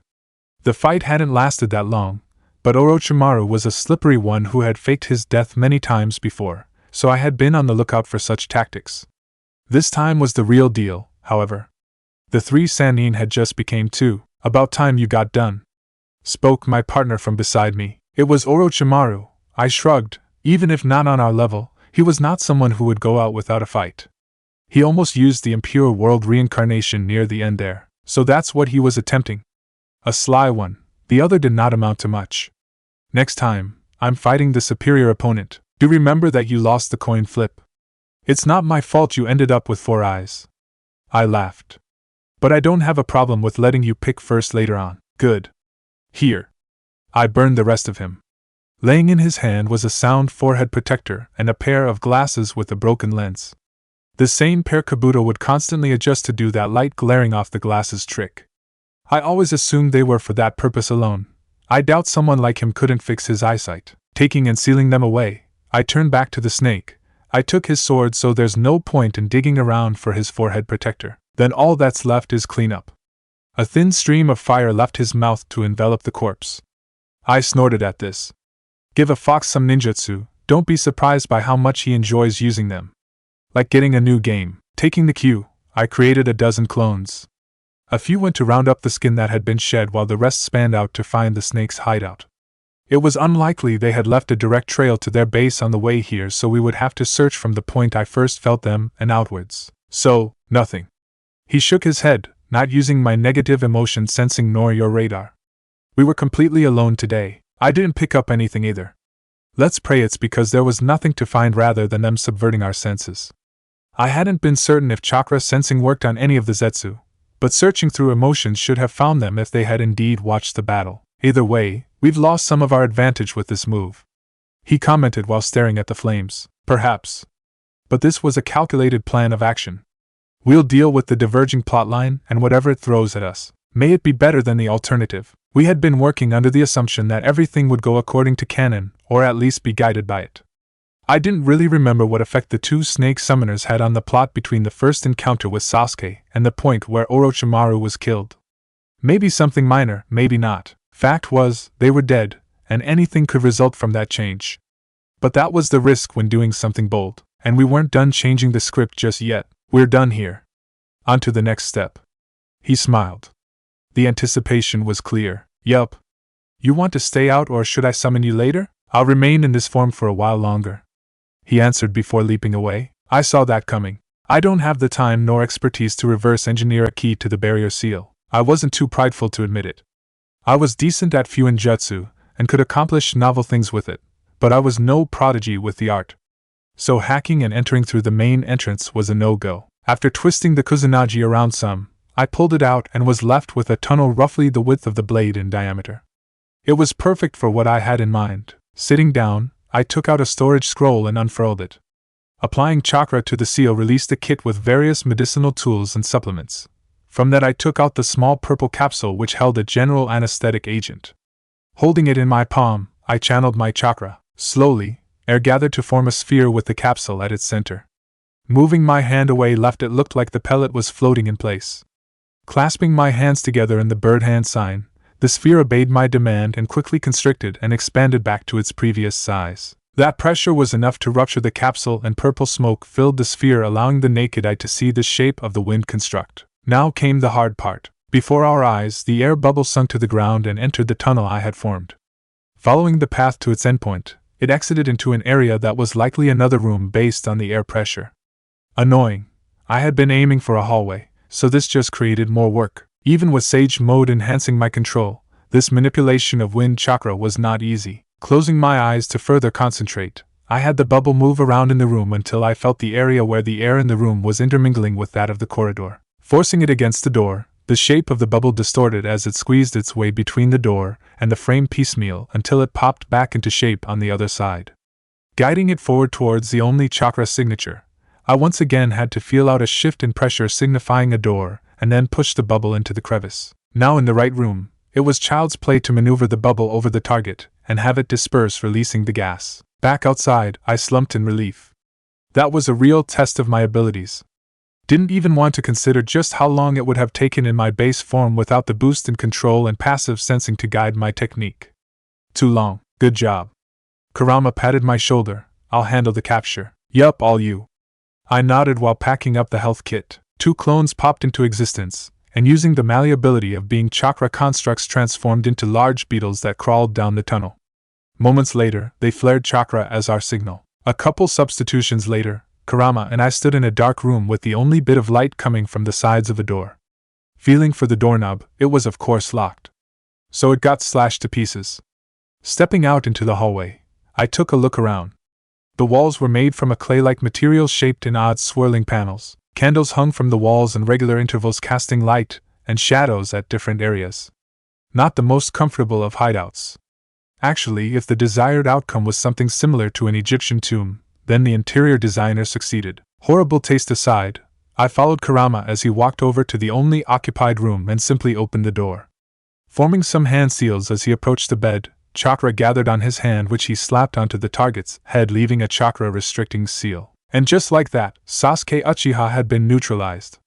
All it took was some stealth, knockout gas, and a tailed beast putting a seal on him. The irony, well, Kurama, stopping beside him to run an eye over the Avenger, looks like you finally got one over an Uchiha. This one is nothing compared to the other two. He hasn't truly annoyed me for one. He snorted. Bringing out the medkit and getting to work, I replied back, yeah, but that's an unfair comparison at the moment. Remember that in less than 6 months he would have won against 3S ranks, obtained the Eternal Manjikyu, and then the Rinnegan. Pulling the needle out of Sasuke's arm, I detached it from the full vial, which I carefully placed into the kit. Matter of fact, even after double-teaming Kaguya, he had enough left in the tank to capture all the loose-tailed beasts in a genjutsu, and seal them in individual Chibaku Tensei formations. Shippuden moved slowly from my perspective of watching it, but when I really crunched the numbers, the pace was astronomical. In what I estimate to be less than a year, Naruto went from struggling against Kakashi to being able to create hundreds of clones, each strong enough to defeat Kages. And Sasuke, who had a more impressive first showing, had a similar power creep. Even if they were handed some of that power, it's still insane. That's why when I consider my strength and progress over the years, I try not to allow my ego to inflate too much. It was impressive, yes, but it wasn't the greatest feat, TCH. That was the other timeline. No one will use me like that ever again. And it's only a matter of time before I can repay that pretender. He growled, which was weird when he was wearing my visage. And having to imagine his face behind mine while using that jutsu, I just realized that Kurama didn't have whiskers. That little detail was not terribly important, but it still made me wonder why I had them. Another mystery in this life. His eyes then locked onto something else. Hopefully that takes effect faster than when Madara did it. Yeah. And that it provides something on the same scale. I agreed, looking at them too. A vial of blood, a couple hairs, and a bit of flesh. The things that would set me on a path to reaching new heights. Like the ultimate Uchiha, I wanted to awaken the 6 paths chakra on my own. Due to only the Indra reincarnate having achieved it before either of us knew what to expect. It wouldn't be the Rinnegan because I didn't take Sasuke's eyes, and it probably wouldn't be 6 paths Sage Mode because I didn't have the 10 tails chakra. Besides those two outcomes, there was nothing else in particular that Hagoromo was known for. If it wouldn't give me that Sage Mode, then I was personally hoping for beyond Hashirama level life force and regeneration plus a unique bloodline. Just something that matches being able to summon meteors or rip out souls. That, and for it to activate before I left my prime behind. Unless unlocking it would reverse all the wear and tear of old age. I'm done. Taking a spool of ninja wire, I made quick work of restraining him. Made from durable metal fibers, he wouldn't be escaping them anytime soon without access to his chakra network. Hefting him up and over a shoulder, we left the small room to find somewhere more suitable for a conversation. Like expected, the base was void of life besides Sasuke. It wasn't surprising, but after seeing how large and detailed it was, I couldn't help but think Orochimaru had it built simply because he could. Similar to the wealthy owning multiple houses or vehicles, maybe my poor opinion of it arose from the lack of critical information. I hadn't banked everything on it, but I had come with the loose expectation of finding some documents in the base that would corroborate my outsider knowledge. Damning evidence against Danzo showing his dealings with Orochimaru set aside in advance in case the cripple ever betrayed the snake. Or perhaps information on the Akatsuki members that Orochimaru had interacted with before being chased away. Anything of that sort, really. But of course stuff like that was noticeably missing from what I had recovered. Instead, I had found things like notes about inhumane experiments going on in different hideouts and various cadavers. Even then, the details were not presented in a way that would help in locating these other bases. Luckily for me, I had someone who had likely visited a few of them and could be persuaded to rat them out. Speaking of Sasuke, a number of the notes found were about him, his training regimen, and the cocktail of substances that were developed for him. Lack of morals aside, The snake had seemingly used all the resources at his disposal to strengthen his next vessel. They were carefully prepared and administered to get the best results so Sasuke wouldn't have to worry about strange side effects at all. I'm sure Tsunade can make use of them. Perhaps make a few tweaks and then make them available to Leaf forces, preferably after Danzo was dealt with, which we could have started working on if the snake had kept a few memories of the past laying about. I can only hope the information I am looking for exists, otherwise I may have to commit forgery. A shift in empathy draws my attention to the youngest Uchiha. Confusion. Fear. Determination. Despite becoming somewhat aware of his current situation, he made no external movements. I could almost feel his mind going from 0 to 100 while calculating ways to escape. All while not letting his captors know he was conscious, like a true shinobi. I expected no less from someone trained by Orochimaru. There was no response, but slowly, bending at the waist, he sat up off the ground. After almost 3 years, black eyes locked onto blue. They then darted around, taking in my position sitting on a raised platform in front of a giant snake head and the extra candles that I had lit around the room. His gaze rested temporarily on the kusanagi held between my hands before returning to mine. While he was doing that, I took notice of how his white top basically left his chest open to attacks. I don't quite think he had reached a level where physical protection was optional. What are you playing at, Orochimaru?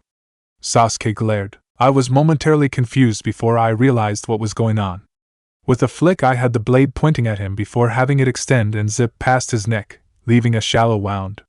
This is no mere genjutsu, Sasuke, and you are not hallucinating. Willing the sword back to its natural length, I sealed it away. It had only been present to make a point. Hello, Sasuke, it's been a while, hasn't it, Naruto? I watched his eyes widen before he started struggling with his restraints. No. I will not be brought back like this.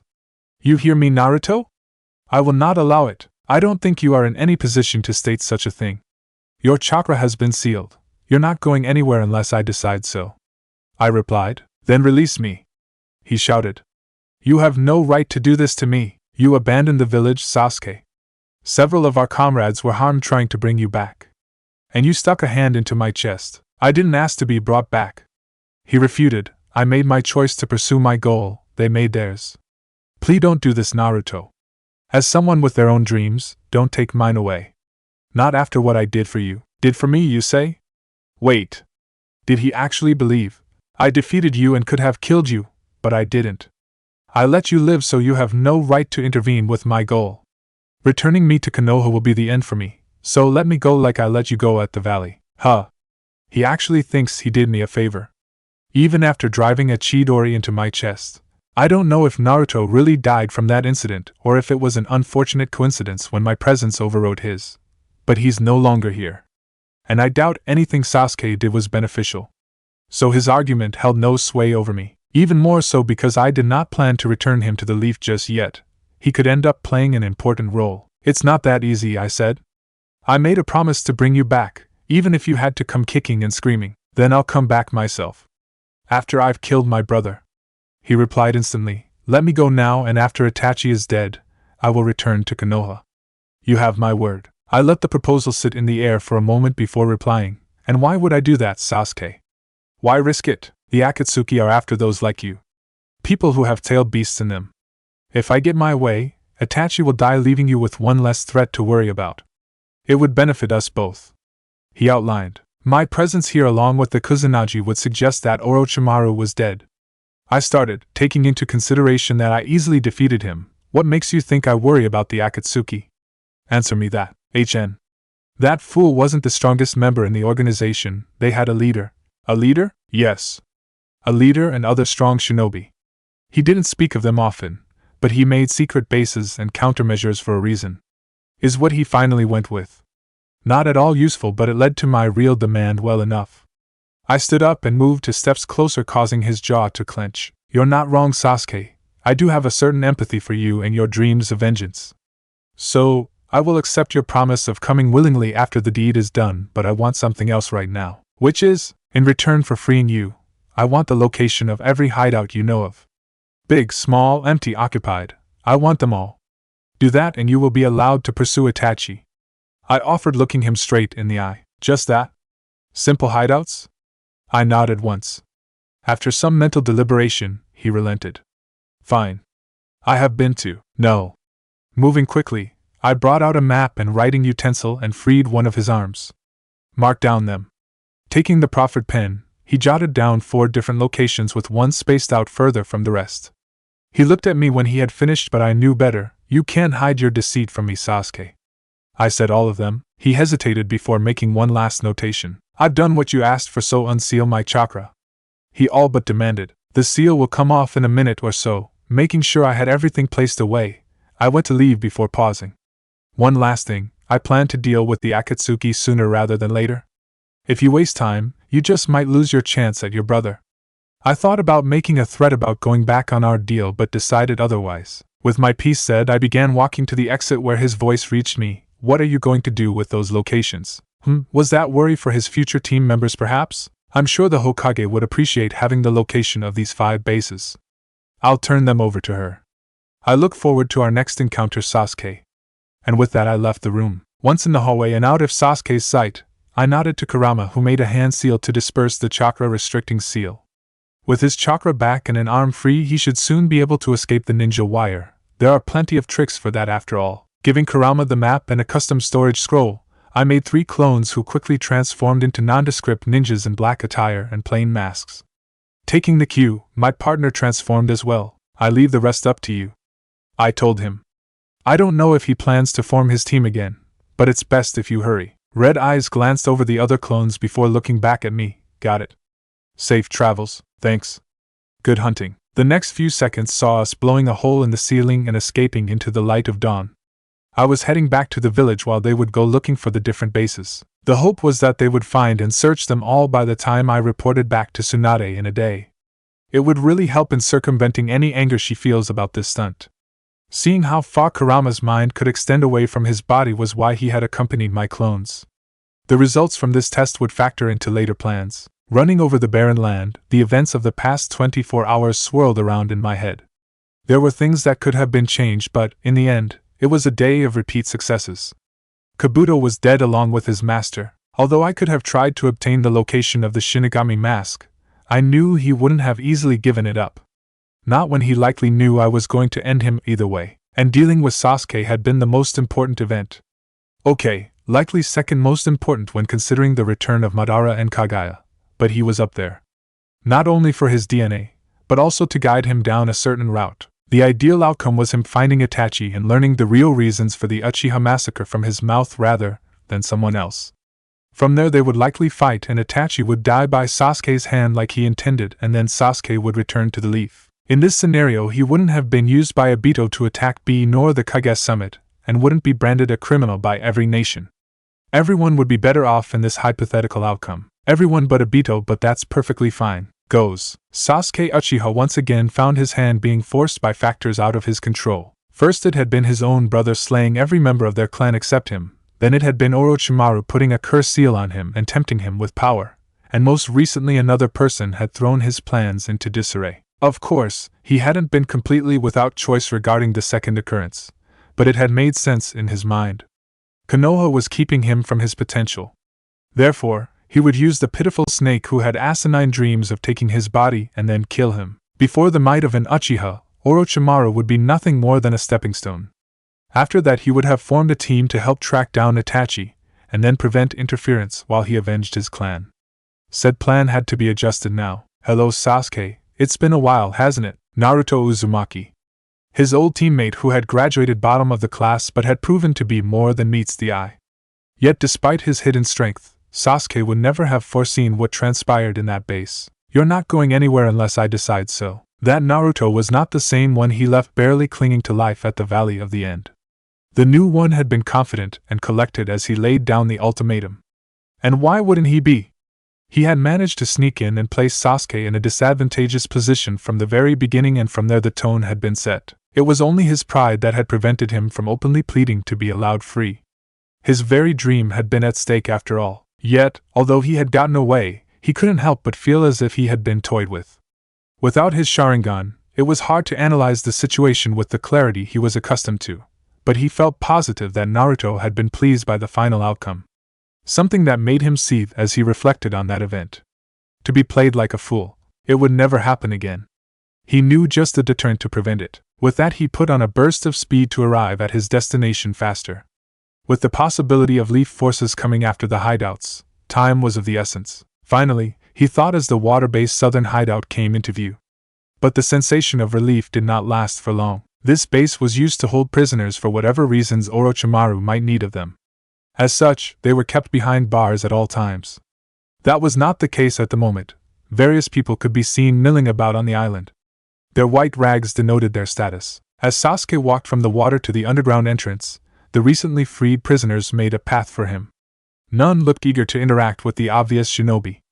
That reaction persisted as he made his way deeper into the hideout. They would take notice of him and immediately back away in fear. Seeing one area where the ex-prisoners had gathered and were making noise, he went to investigate. A few steps away from the crowd, someone in the back saw him, and with wide eyes nudged his neighbor. Looking over and then behind him, his cry of shinobi went up and the group dispersed, leaving the door they had been attempting to break down. Sharingan blazing, Sasuke stepped up to the door, which opened as he got close enough and a figure leapt out at him. It was only the fact that he recognized the person and had come for them specifically that stayed his hand. "Sasuke-kun! You came for me!" exclaimed Karen as she buried her face in the crook of his neck. "HN." He ignored the way she was inhaling his scent. "Karen, what happened here? Had the Leaf raided the base already? And if so, why leave Karen, who was an underling of Orochimaru? Do we have to talk about that just yet? Can't we stay like this for a while?" she asked, tightening her arms around him. He didn't say anything and just pushed her off. "Fine," she huffed, but came back to stand in his personal space. A squad of ninja invaded the base earlier. They were dressed like Black Ops and had no visible signs of allegiance to any village. They swept through the hideout, taking all the notes and scrolls laying around before freeing the prisoners and leaving. Sasuke pondered that for a moment. That attack happening hours after Naruto got the location from him was oddly convenient. That meant Konoha was responsible. But how did they respond so fast? Or maybe, did you pick up any details as to their identities or motive? He inquired. They had large chakra signatures. Each had more than Lord Orochimaru. They were also similar in a way. 3 of them felt like the sun, threatening to destroy anything that came too close. The 4th one, I don't know how to describe it. Potent like the others, yet more eager? Sasuke gave her an expectant look, asking her to keep going. They arrived so fast. 1 second everything was fine, and then the next these monster chakra signatures were there. They were all sensors. I felt them when they activated their techniques. Usually I can hide from that type of detection, but one of them found me. I thought I was going to be killed. The memory of that chakra bearing down on her still raised goosebumps on her skin. She took a breath before hesitantly continuing. He asked me about the location of other hideouts. And I gave them. I didn't want to, but I was terrified. Sasuke watched the usually confident girl shake in her shoes and found that he could not blame her for that display of weakness. Not after he himself had been brought low by the same person he suspected attacked the base using his clones. And he at least had had the assurance that his old teammate would not kill him. Although, wasn't taking someone's dream away essentially killing them? That doesn't matter anymore, Karen. Orochimaru is dead. The different hideouts, and even the escaped prisoners, no longer serve a purpose. He said once she had gathered herself. Is that really true? She questioned. One of them said that to the prisoners, but I thought it was just to make them stop cowering in their cells.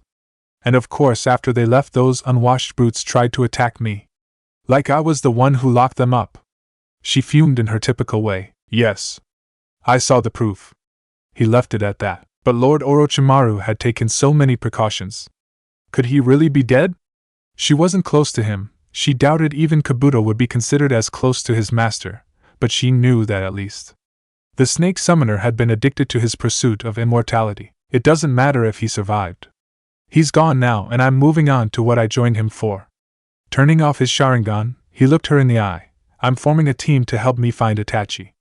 I want you in it, Karen. Chapter 7, The Shinobi Life. Konoha, left swipe, waste of time, next, left swipe. Oh, this one looks important. It was a lengthy document. It had drawn my eye from its position in the stack and gotten me curious about what it could be.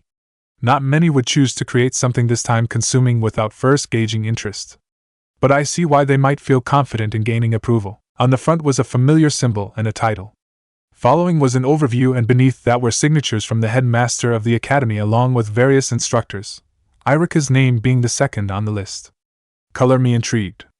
Putting my time as a student to good use, I quickly skimmed all the pages and then gently placed it down. Things really are changing, huh?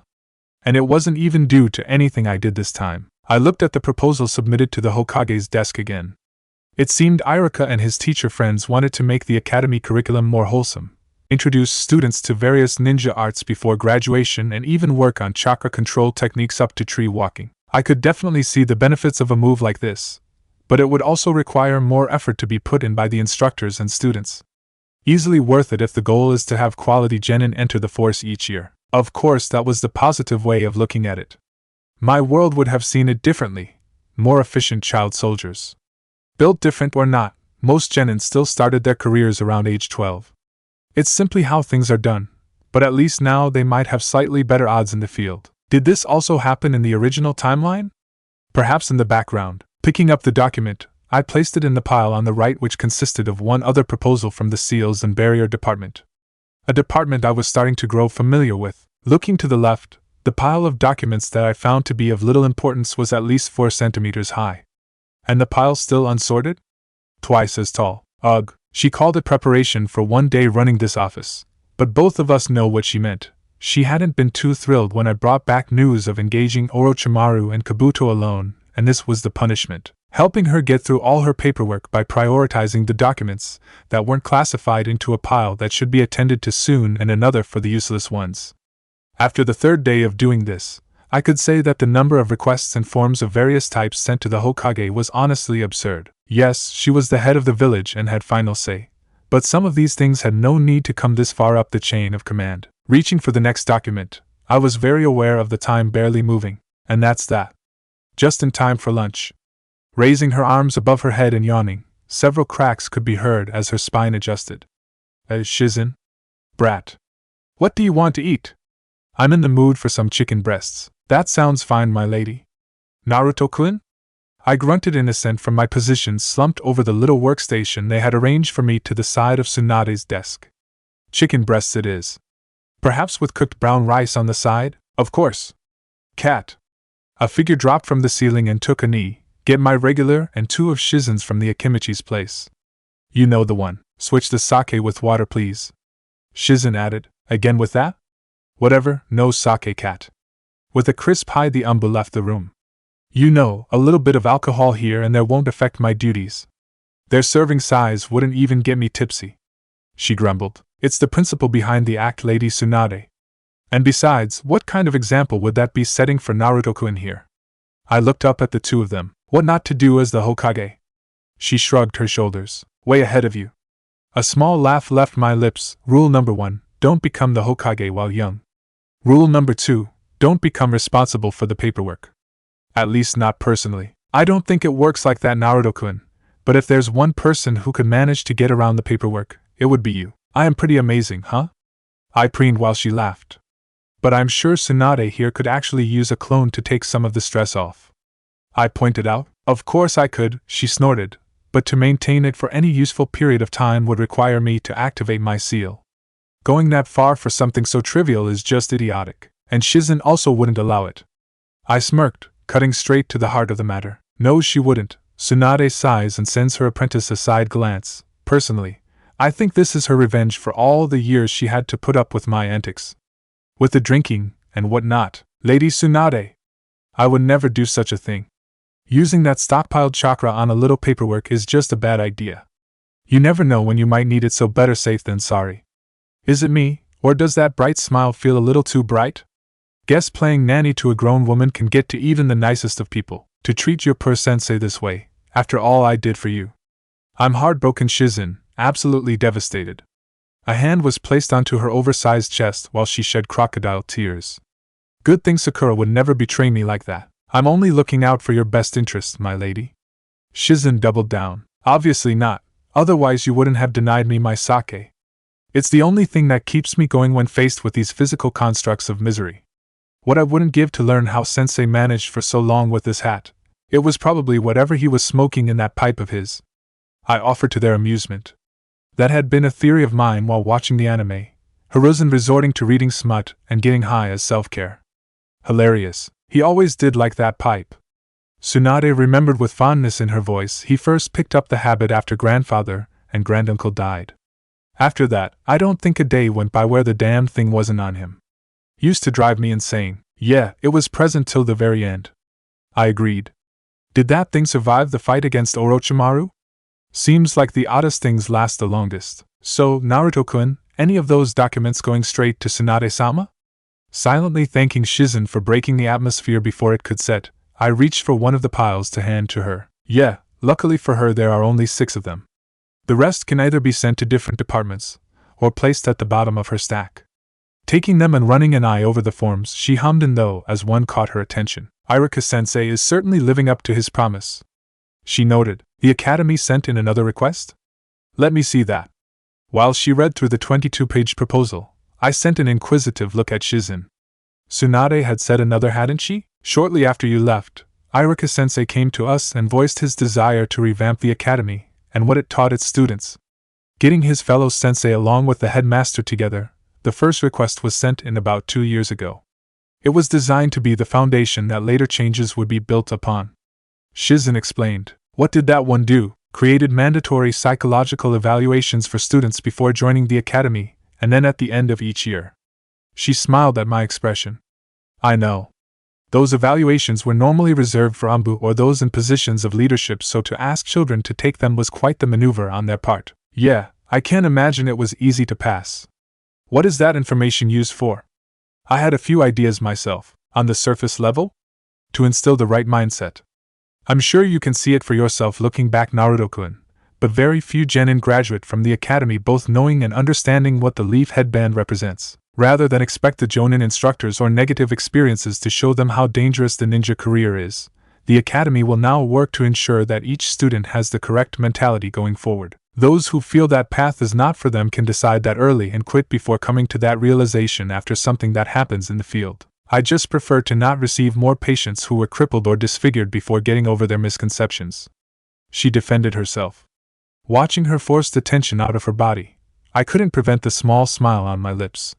Tsunade did well to keep this kind soul close to her, nothing wrong with a little passion. She coughed and broke eye contact. It might lead to lower retention rates, but I agree with you. Doing evaluations could certainly be useful. Those kids deserve to know what they are signing up for. How would events have transpired if Naruto had known what it would take to become the Hokage?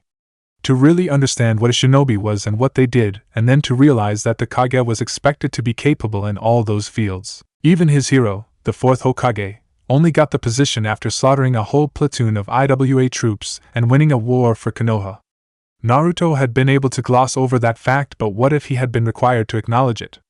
Would his desire to be acknowledged and loved himself be enough motivation to continue on the shinobi route? And if it hadn't, would his status as a Jinchuriki have allowed him to choose a different path? That right there would have made for an interesting story. Stepping past the threshold, I shut the door behind me. My footwear was quickly removed and placed beside the pair of Geta sandals. Next to come off was the cloak, which went onto a hook like the others. With those social niceties observed, I walked into the kitchen and came out a minute later with a bottle and 2 platters. Filling them up to different levels, I placed the heavier platter along with the bottle on one end of the table, and then took my place at the other. I took a few small sips while my guest slowly drained his. Drinking had never been and still wasn't my thing, but I could put up with small quantities every now and then. It also wouldn't be proper to offer him a drink while not touching mine. Someone who didn't know me might suspect poison or something. For a moment the only sound in the room was that of sake being consumed and the clacking of objects being moved around. He wasn't always that way. Jiraiya finally sighed.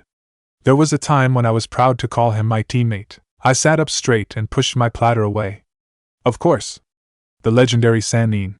One of Konoha's greatest 3-man cells. After the Kages, you 3 had the biggest sections in our history books. It was that same greatness that tore us apart. He replied bitterly. We were the most capable. Whenever something important needed to be done, they would send us. Always in the very thick of things. So much violence. Death. Despair. One couldn't go through it all and come out the same. It changed each of us. And Orochimaru was changed the most? My head tilted. Many would think that, but in all honesty, I believe it only intensified his inner fears.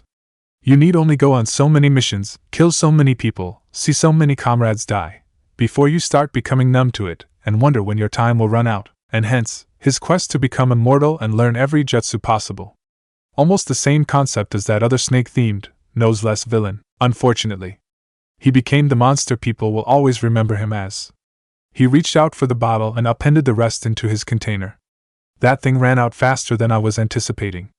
HN. You know? In a way, I'm happy that you were the one to put a stop to his crimes. He took a long pull. Fond memories? Long past and outweighed by the horrors I've seen caused by him, but yes. We had the others back so often, Tsunade's as well, that I would have found myself conflicted over doing it. Would have done it, as was my duty, but afterwards? I can only imagine. Bringing up the platter a final time, the one bottle of sake I kept in the apartment was done away with. For a long time he was out in the world, doing evil deeds for the sake of curiosity. I would be plagued at night knowing that he was always out of my reach. That every day I didn't catch him, someone else was paying the price. I owed it to the hundreds of innocents to do something, but I always fell short. Now, however, since it was a pupil of mine who carried out the act, I'd like to think I played a part in finally ridding the world of him. And knowing you, his end was quick. More than many others would have given him. More than he likely deserved. The last part came in a whisper, but I heard it all the same. That was an opinion that most people would have agreed with. Well, I wasn't really doing it for you, but I'm happy to have taken a weight off your shoulders. And I can't really say I regret killing him, but I'm sorry you had to lose a friend. No matter how long ago it really happened. I shrugged, actually. I appreciate you not blowing up on me. What I did might seem reckless. One might say I should have retreated, but I had it well in hand. Just want to point that out in case you think a reprimanding is due. Jiraiya let out a little chuckle and shook his head. That's just her way of showing she cares. With the few precious people she has left, you can't really blame her for being upset at what she sees as reckless behavior. If you didn't keep making excuses and just show her what you can do, I know. And I really did. Poor woman lost her family, lover, and basically her entire clan to violence. Screw that last bit though. I'm not doing a practical demo until Scar-chin is gone. Sigh, I'm just complaining to complain. I don't really mind helping in the office that much. And Shizen usually stops by too. Ooh? You'd better be careful with her. He said, sucking through his teeth. Tsunade will find a way to hurt you if you make her apprentice sad. Her favorite or not, I'm not some bastard. Waving aside his warning. I'll flirt with her, yes, but I would never lead her on or do something stupid like that. This world already treats genuinely kind people poorly. I'd rather not add to it. That didn't mean something happening between us was impossible though. Unlike the other really kind female I knew, Shizen was an adult, and therefore not off limits.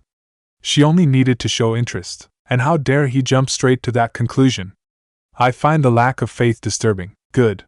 You do not want to be on that side of her. I've said it before, and I'll say it again.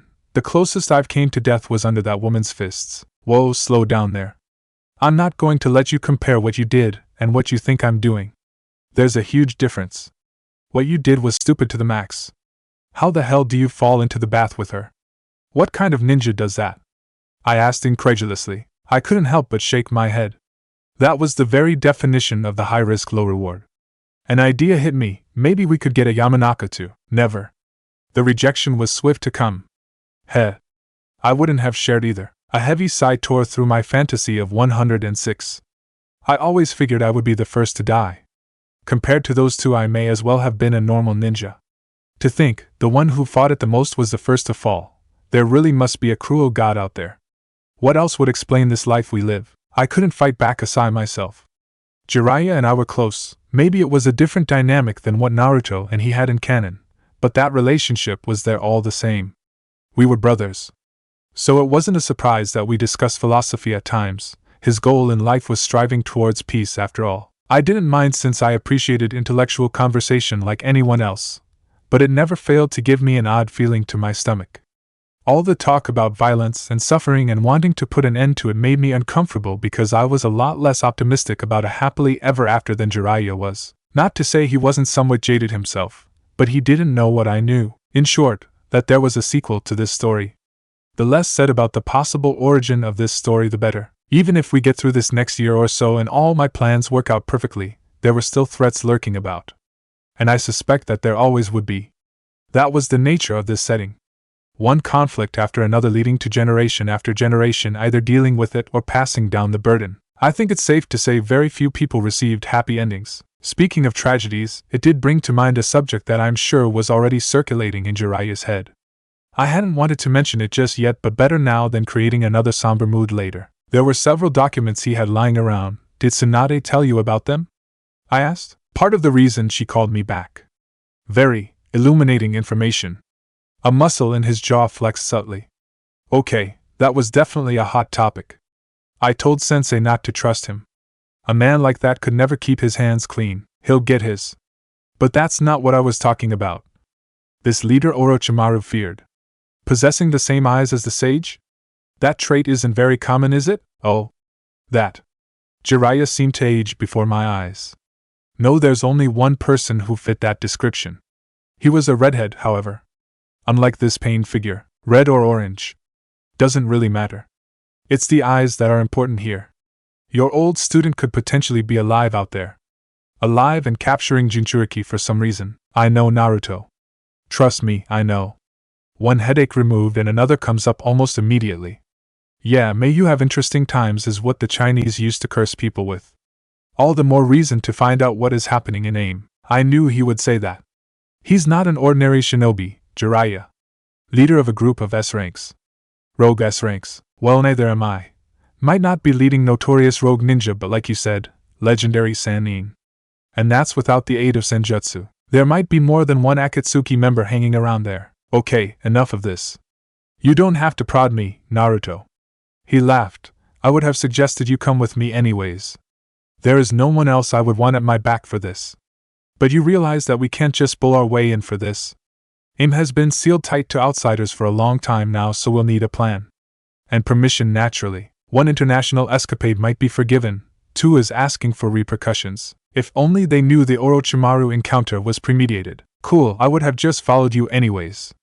I already put some thought into how we can infiltrate. Of course you have. Goes. There was a tension in the room. She didn't allow it to affect her outside appearance. Sitting behind her large desk, her shoulders were relaxed, elbows on the flat surface, and fingers steepled in front of her mouth. Her customary resting position. It wouldn't do to appear anything less than calm in front of her soldiers. Another lesson imparted upon her by her late sensei. Her eyes quickly panned the occupants in the office, analyzing their posture and facial expressions for minute tells. Her last teammate and his apprentice stood at ease before her, while closer to the door waited Ibiki Marino and Inoichi Yamanaka. The last two were in the dark as to why she had summoned them, which added to the current atmosphere. They would understand soon enough. He's approaching the red zone. Two signatures branched off. Stationed at the front entrance. Jiraiya reported, yellow eyes narrowed. The Yamanaka clan head twitched faintly as his own sensor abilities picked up on who the subject was. The only sign that Marino noticed was a quick look from the corner of his eyes. Count is 3. Other persons of interest make 5. The room was silent as her gaze moved on to the youngest blonde. A moment later, and he nodded. Even before that, Jiraiya had already started moving, flickering out the window and heading west. The two Umbu squads that had been waiting on the roof followed. Moving calmly, Tsunade Senju, 5th Hokage of the Hidden Leaf, stood and made for the door. Her cousin of sorts fell into step behind her in the position her first apprentice would have occupied were she a part of this assignment. A head gesture had the two interrogation department members following as well. In that loose formation, she led the way to the designated red zone. The small room reserved for meetings between her and her esteemed advisors. Pushy old fools that they were. Actual purpose aside, it served well for a detainment, having all of the protections that her office did except for the constant Umbu guard detail. As such, when the door was pushed open and then shut behind the party of 4, she was certain no one outside would be any wiser as to what had transpired in the room. Of the justice that was to be rendered, it was as if a wind release technique had gone off in the room. The furniture, consisting of a low table and 4 seats, were lying in disarray. In the 2 furthest corners stood clones of the young blonde, with each restraining an elder with a kunai pinned against their throats. As expected, Koharu and Hamura were not happy, but they could hardly resist. Not when their abilities as shinobi had deteriorated after many years in retirement. As with everyone present, the elders were focused on the center of the room where the unofficial third advisor was positioned. Prone on his stomach, her eyes jumped to the kunai planted through the bandages and likely into his right eye socket, and then to the cauterized stump of his right arm. She hoped the pain was excruciating. Another clone stood over the scheming elder with its sandaled foot pressing the side of his face into the ground. In its hand it held what had captivated everyone, a pasty white arm with several Sharingan eyes embedded into it. It was partially covered with bandages and metal clasps, but enough had been undone to suggest what is beneath. Ignoring the reactions of the rest, her eyes narrowed minutely upon seeing a contorted face on the shoulder of the arm. As expected, Hashirama's cells are quite potent, bonding to the host's body without issue yet leaving a mark of its own. A relatively minor issue. The arm is functional and will sustain the various samples. Personal side note, I do wonder how he plans to get their full benefit bereft of an optical nerve as they are. Very curious, but that is not my concern. If he wasn't already dead, she would have done her best to make it his concern. As it was, one culprit was better than none. Treason. Bloodline theft. Sedition. I could go on, but that will do for now. Her words rang in the small room, reflecting none of the emotions she felt inside. The burning rage, disgust, and perhaps a sliver of satisfaction. None could argue her decision regarding this thing anymore. Not without incurring reproach upon their person. Over the heavy breathing of the cripple and the stench of burning flesh, the fifth Hokage laid down the verdict. Danzo Shimura, you stand guilty of the highest order. You are to be detained and questioned. But make no mistake, in due time, you will be executed. Yamanaka. Marino. Take him away. At once, Lady Hokage. Inoichi saluted. The look in Ibiki's eyes gave credence to why many feared being placed in his care. Stepping aside, she watched as the two men went to move the old warhawk. He truly made for a sorry sight with his blood-stained bandages and clothes. Another look at the artificial limb and all feelings of sympathy were washed away. Tsunade, we deserved. She silenced Koharu with a spike of intent. Don't think you two are above suspicion. Your fate will be decided in part from what I get out of Danzo. For now, go to your homes and stay there. They wisely didn't protest further. The next day found Tsunade sitting in her office. Not that there was anything noteworthy about her location. She was certain that by the time Naruto took the damn hat from her there would be a permanent indentation of her rear in the chair. Who would have thought being a Kage would be so unsatisfying? Oh, that's right. She had. Annoying blonde and his persuasive ways. Multi-shadow clone jutsu wasn't the only kinjutsu in his arsenal, but she would readily admit the little brat had come a long way. Kushina's blood and the whisker marks added some ambiguity, but she likely wasn't the only one to see a young Minato in him. Especially when he was in a serious mood like right now. She cast a glance at Jiraiya and caught him also watching Naruto pace back and forth with a complicated expression. She could only imagine what thoughts his current student brought to his mind. Probably those about his first two. I'm starting to realize how deep look underneath the underneath actually goes. Naruto stopped for a moment, and then continued trying to put a groove into the floor. I know you said the old man didn't know, but he should at least have had suspicions. Enough to investigate Danzo, agreed. But do remember that we don't have anything from Sensei's perspective. Unless he left notes behind, all he knew or didn't know about his old friend went to the grave with him. Personally, she didn't think Sarutobi would have found anything. He'd had a habit of seeing the best in those dear to him to an unnatural degree. Even she had gotten away with a number of things due to their closeness. As if thinking along the same line, Jiraiya snorted. We all know what Sensei placed above all. His king. Between wiping out a clan or letting the village fall into turmoil, he would prioritize the village above the clan. Perhaps he wouldn't have a kid do the deed like Danzo arranged, but the Uchiha would have been subdued in the end. But that only happened because Danzo interfered. It still sounds crazy to me, but Shursui could have ended everything peacefully. Naruto shot back. The village would have been safe and the Uchiha pacified. For a man who thinks shinobi shouldn't be led by their emotions, he's a really petty person. He's a hypocrite for sure. However, I think greed is what really drove him. Why let someone else possess such a powerful technique when it could be taken and used in his claim to the Hokage title? Before that temptation, a few hundred lives were of no consequence. He likely saw it as a bonus since it was the Uchiha. A powerful technique seemed like an understatement regarding Shursui's Sharingan ability.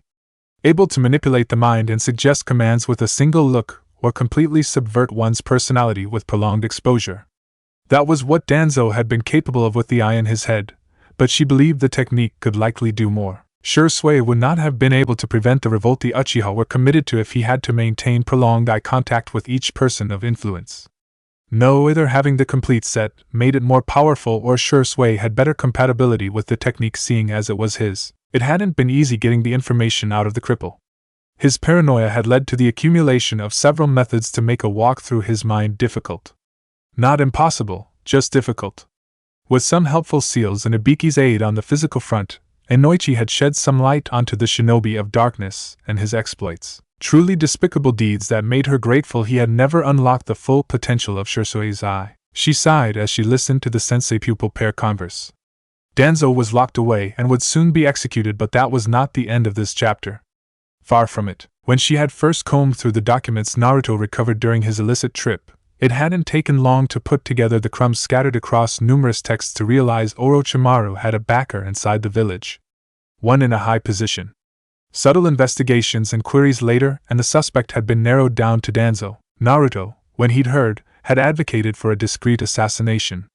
She'd vetoed that option and instead worked up a plan where the blonde would capture him and Jiraiya would take a team and capture his root forces. The two sages carried out their tasks flawlessly, and now she had to deal with the fallout from the secrets uncovered and those whom Danzo used that technique on. It would be for the best to also find out what he programmed them to do. Something that would undoubtedly require time and effort on top of her current duties. She really needed a drink right about now. She could postpone further talk on this subject and drag Naruto and Jiraiya to a bar. Her teammate would cover the tab, of course. An urgent knocking at the door grabbed the attention of those in the office. A quick second and the extra privacy seals were taken down while a kunoichi was permitted entrance. Her attire labeled her as an agent from the new messenger division. Urgent news, Lady Hokage. She saluted. Tsunade gave her a sign to continue. A patrol squad ran into a monk from the Temple of Fire. They are on the way back now, but Chiriku and everyone else are reported dead. The monk described the killers as two men wearing black cloaks with red clouds. Of course. Rotten luck as always. New plan. Assemble and deploy the Akatsuki task force and then get that drink. Chapter 8. One step at a time. Temple of Fire. The sight is not a pleasant one. Even while entering the property, we could all observe the battered front gate and the debris laying around. Asuma told us that the temple had once been a huge, multi-story structure able to comfortably room 100 monks along with having rooms for group prayer. But now all that remains is the aftermath of a bloody massacre. And it had looked even worse before. The head monk and a few helpers had cleaned up quite a bit. All the dead bodies had been wrapped in cloth and the majority put into coffins while the rubble had been pushed to the sides. Kakuzu and Hidan certainly hadn't held back when they attacked this place. Not that I expected restraint from those two when it involved bounties or killing. Excuse me, but where is Chiriku? Asuma questions the head monk as we stand surrounded by the dead. The bearded elder only lowers his head, so his younger companion confirms what we came expecting. Well, actually, we've been unable to find Chiriku's remains. Hearing this, I quickly create and disperse a clone, so they took it then. Asuma too bows his head, letting out a slow exhale. When he straightens up and faces us a moment later, his expression is set in stone. Determined. It's as we thought then. Our enemy is most likely Kakuzu, the bounty hunter from Taki. Shikamaru finishes. No trace of the usual laziness to be spotted. Experienced. Brutally efficient. Avaricious. The first two are bad enough, the last part just ensures that he won't let go of a 30 million Rio bounty without a fuss. He has a personal stake in this, then conflict it is. Assuming we pick the right location, then there will be 2 squads plus Naruto against the 2 of them. Kotetsu looks around at us. Those are good odds. I say we pick the bounty station closest to us and double time. Teach those bastards not to mess with the land of fire. Wording aside, I agree. The odds are in our favor. Let's go recover your friend's body, Captain. Izumo backed his friend. They did a good job of it, but I still knew they were only trying to hide their nerves. Orochimaru hadn't spoken lightly of Kakuzu in his countermeasures against the man, and with Hidan being a mystery to them, an encounter could go either way even if the Akatsuki were outnumbered 8-2. Right. We're doing this then. We should send word to the other squads about Chiriku's body being taken. Have the ones assigned to the stations be on lookout. Shikamaru reasons. And once a team finds any sign of them, the others can converge. Finding 3 pairs of eyes on him, Asuma promptly reaches into his pouch. Naruto, your multi-shadow clones. Are they able to? I nodded. He was a Jonin, of course he would be aware of that useful trait. I figured. I'll send the message using the official method regardless, but is there anything to report on that end? I already sent the news down the channel. Getting feedback as we speak. Taking a moment to arrange all the information. Kakuzu and his partner must either be taking their time, or have not headed to collect, as none of my clones have sensed them yet. But I do think Izumo's plan has merit. We've accomplished what we came here to do, so we know how to move forward. The best option is indeed the closest station, not only because they would likely head there, but also because of the team that is camped there. Aobas. Oh? That does open up a few different game plans. Shikamaru hums. I didn't doubt that he was already thinking a dozen steps ahead. Exactly. So while we're running there, I'll share my idea and you can flesh it out. Sounds good? At his sign of consent, I turned to the others. We can do this. S-class or not doesn't matter. You are not expected to see it now, but know that this mission is crucial. It's about more than eliminating Kakuzu and his partner, or even getting justice for these fallen monks and giving Chiriku a proper burial. So much more. I don't have time to put it into the right words at the moment, but know that you're here for a good cause. For now, though, just focus on getting this done and heading back home. After that, you two can go back to protecting the village, you back to contemplating life, and you can kiss your lady's stomach or something. You'll have earned it. Watching each person's reaction as I addressed them, I'd say they were as motivated, and maybe spooked, as I could get them with a few unscripted words. Nice. Pep talks were not something that I had much practice in, but this situation called for at least an attempt. We were approaching the upcoming confrontation from different viewpoints. While they were anxious at the prospect of fighting two different S-ranks, with one being an unknown, I considered the fight a done deal. The zombie brothers were legitimate threats, but not to me. Not really. So being the person with power and abilities to spare, I feel that I have a part to play in keeping morale up. Their worries of monsters with strange techniques were not completely unfounded, but they had a certain safety net in this case. Two of them actually, the other squad and myself. In fact, I planned to take Kakuzu off their hands entirely, well, in a roundabout fashion. Although he is the one the squad had any information on, Hidan was the easiest of the two to subdue. They had almost succeeded in the original story after all. And just to be sure, I will be there to keep an eye out. No one is dying on my watch. Asuma will be there for the birth of his child, and watch them grow up. Have that bond he wished he'd had with his father. Not privy to my inner thoughts, Asuma sends me a grateful look and then took charge of his squad. You all heard him. He has the utmost faith in our abilities, as do I. Now let's go do what we came here for. Before we could head out, the head monk called out to us. Please wait a moment. Moving closer on his wooden cane, for those of you who are about to enter a fight, allow me a moment to offer you a prayer. Please, I didn't ask about who he was praying to. Goes. Shikamaru POV. When he had been summoned to a briefing along with the other members of the Akatsuki suppression platoon, he had naturally assumed it was to disclose information about the dangerous organization. His hunch had been proven correct. Little booklets had been given to each squad leader while the Hokage briefed them. The Akatsuki was said to have had 10 members, but due to death or simply lack of intel, Konoha only had the names of 6 current members: Itachi Uchiha, Kisame Hashigaki, Kakuzu, Konin, Pain, and Zetsu. Those were the ninjas that Orochimaru of the Sannin had confirmed as being active members. Said confirmation came in the form of personal notes, taken from his base after his termination. And hadn't that been a surprise? To him and everyone else in the room aside from the Hokage, the particulars of Orochimaru's death had not been disclosed, nor had there been time to ask about it because they had been deployed right afterwards. What they did receive included bingo book entries on those who had them, additional information from the Snake Summoner, and strong warning to never engage that Pain figure. Personally, Shikamaru would have been fine with never engaging any of those S-rank individuals, but duty called. Unfortunately, with that information, a general plan had been worked out. The platoon would move quickly to set a perimeter 150 kilometers around the fire temple. At the same time, the report from the monk had not contained enough details to determine just which duo had attacked the temple, so the habits and personalities of each had been taken into consideration. With Kakuzu's love of money, the perimeter had shifted to cover the nearest bounty stations. One squad, however, would not fall into that formation but instead head directly to the center to confirm whether or not Chiriku's body was taken.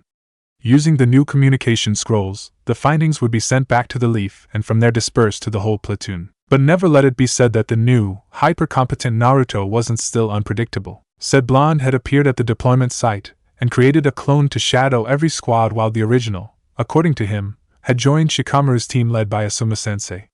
It was interesting to learn that shadow clones shared their memories when they dispersed. It certainly added another layer to the 5-on-1 shogi matches. and made his victories that much sweeter. Shikamaru blinked, discarding that train of thought and focusing on the ones pertaining to the mission.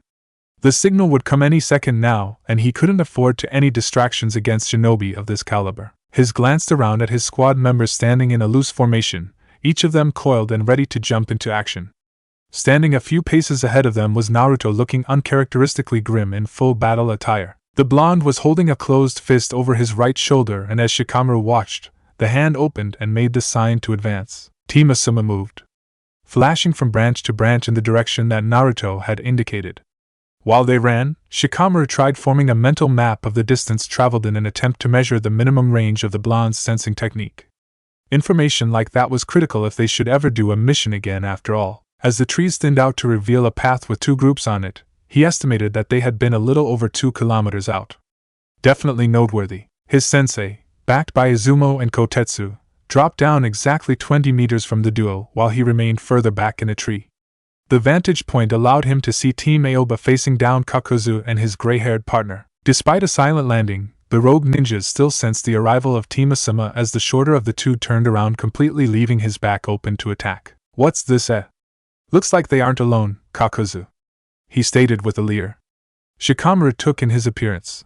Odd purple eyes, headband around his neck, and chest left bare under his open cloak.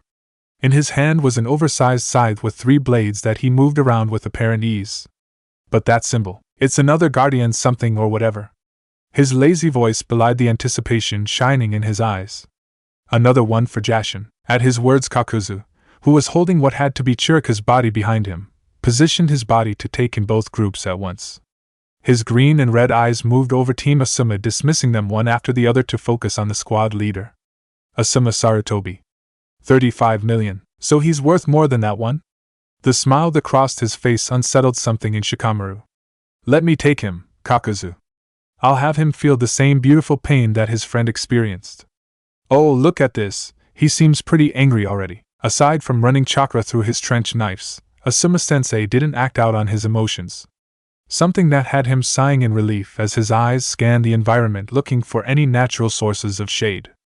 At the moment, the tree beneath him would serve as the best launching pad. "No. There is likely a reason why his bounty is higher," Kakuzu responded while looking between the squads. "I'll take him and his team while you can have the other. I'll assist you after I'm done." "I won't need your help, you fucker," the still unnamed ninja bit out. Despite that, he turned to face Ino and Chuji's team. The build of the big one, the hair and eyes of the girl, and the Shikaka look alike. They are another reiteration of one of the Leaf's most successful teams. The large one can expand the size of any body part, be ready for that. As for the Yamanaka, I doubt she will have much impact against one like you. Shikamaru held back a twitch at this reveal. It wasn't often that an opponent was this well informed and therefore ready to deal with the Ino Shikacho matching.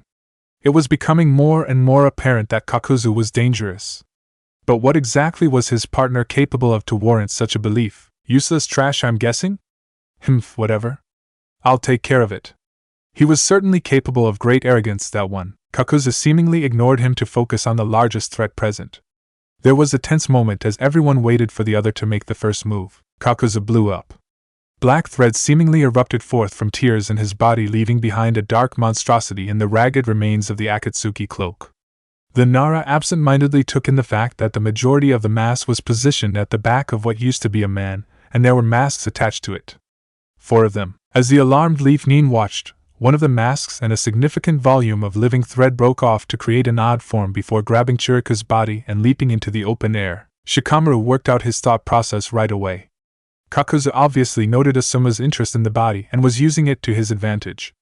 Such a maneuver would have split Asuma's focus between the missing Nin and his self-appointed task, while also requiring the Leaf Ninja to split up further in pursuit. Assuming that whatever Kakuzu just did wouldn't detract too much from his strength, then it would have been an effective psychological and tactical ploy. Good thing they had more than just 2 squads. With his eyes already on the flying shape, the Nara caught the moment when Naruto appeared before it and struck the mask with enough force to shatter it. Grabbing Chirika's body, the blonde somehow disappeared, leaving a mess of tendrils to fall to the ground. Was that an aerial body flicker? The sound of falling trees quickly captured his attention. In the center where the 2 Akatsuki members had stood, there only remained the unknown, while Naruto occupied the area where Kakuzu had been. A trail of devastation starting behind Team Aoba and leading further into the forest hinted at the bounty hunter's whereabouts. The plan, more a general guideline than the multi-layered plans he usually employed, had almost been foiled. The original intent had been for both squads to confront the Akatsuki in a staggered order. The first would grab their attention and stop them from moving forward. If the second could catch them unaware, then so be it, but their main task was to further focus the opponent's attention so that Naruto could get close for an accurate shot on whoever had Chirika's body. Engaging before that step would have put the body at risk, which would have been counterintuitive for their goals. But now that the body was secured and the duo separated, the next phase could begin. Naruto dashed off with Team Aoba following to act as support. For his part, the lone Akatsuki member didn't seem worried about what happened to his teammate, and instead smirked at Asuma while readying his scythe. "Looks like I get to kill you after all. We'll see about that.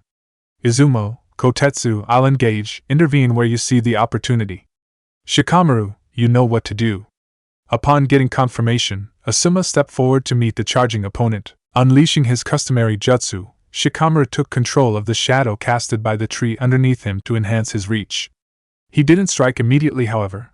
Doing such so early without an understanding of his opponent could lead to overplaying his hand. Kakuzu had been so set on facing Team Asuma that he hadn't bothered giving away the Naruto's fighting style so his shadows would be a surprise. Until then, he focused on analyzing the rogue Nin, who was quite proficient with his scythe.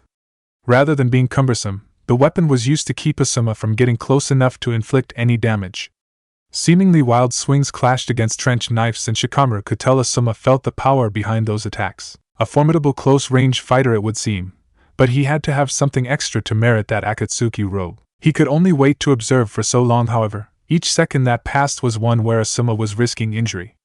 If the rogue wouldn't willingly show his hand, then they would force him, blindside him. Shikamaru called down from his perch. Kotetsu and Izumo, who had yet to directly join the fight aside from thrown projectiles, acted accordingly. From a scroll, Kotetsu summoned his special conch-shaped mace, which he then had burrow into the ground. Izumo ran through a quick chain of hand seals but didn't execute a technique right away. His time would come. The rogue and Asuma continued to clash, with Asuma on the defensive more often than not due to the cord attached to the scythe. With a metal spike in his free hand, the rogue could attack directly while harassing Asuma from random angles with the triple-bladed farming tool swinging around. A surprisingly effective method which had the side effect of requiring focus on each side, user, and opponent. "Izumo," Kotetsu prompted his close friend. "I'm ready." Dashing forward, he spat out a flood of syrup, dousing the ground behind where the two were locked in combat. At the same time, Kotetsu's mace erupted from the ground beneath the rogue, unsettling his footing and launching him into the air. Batting the mace away with the spike, he recalled his scythe before landing, right onto the adhesive fluid. Shikamaru leapt at the opportunity. Before the rogue could perform any jutsu, the Nara's shadow connected with his, the sewing technique tearing into his flesh to further prevent movement. Even while Asuma's cloud of ash hid the Akatsuki member from view, Shikamaru could feel as he tried to resist, but at that point, it was too late. The cloud combusted, kicking up intense heat, while the light caused the shadows to vanish. His first foray with an S rank, even if the fight itself hadn't been too nerve-wracking, the anticipation certainly had been. The fear that the rogue had a dangerous ability lying in wait for whenever he needed it had been all too real, but it seems they were unwarranted. Just what? Ow. What? His eyes panned around looking for the source of the voice. It sounded like it was coming from the downed Akatsuki member, but that couldn't be possible, could it? If he wasn't some sort of master puppet user, then that was his real head down there, held in Asuma's wide-eyed grip. "I'll make you all pay for this." He didn't fault his sensei for throwing the head to the side and leaping back. Subtly pulsing his chakra didn't do anything either. What kind of technique was this? "Just wait until my head is reattached. I'll kill you all." Why had he expected this to be any different, especially after seeing the monstrous form Kakuzu had taken? But at the same time, was this it?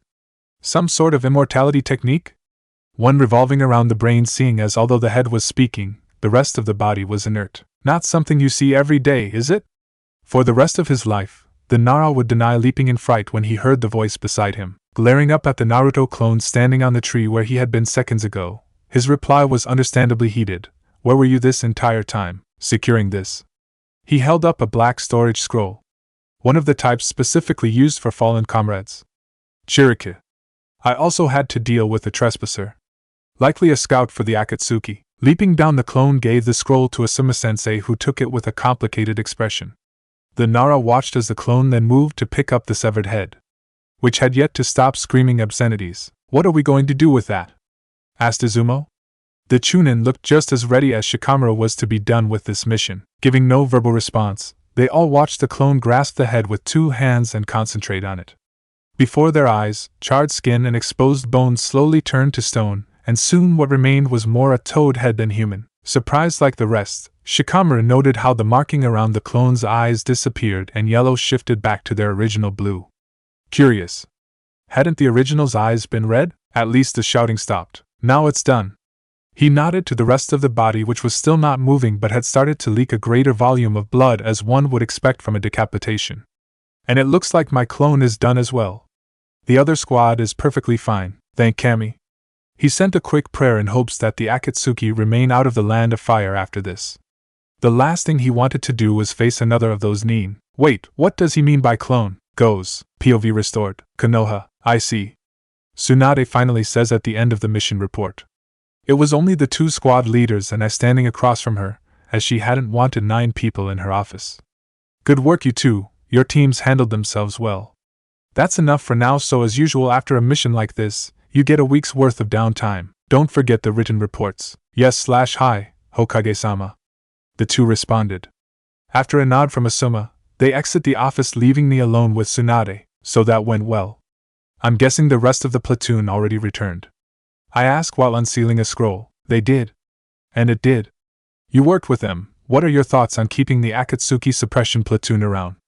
Not active but ready in case this happens again? They're certainly efficient enough to make a difference, and with 6 members unaccounted for, it wouldn't hurt to keep them around. I do think the next time the Akatsuki acts, however, they'll likely come directly for me. A direct attempt like what Itachi and his partner pulled. Yes, I see why you think that.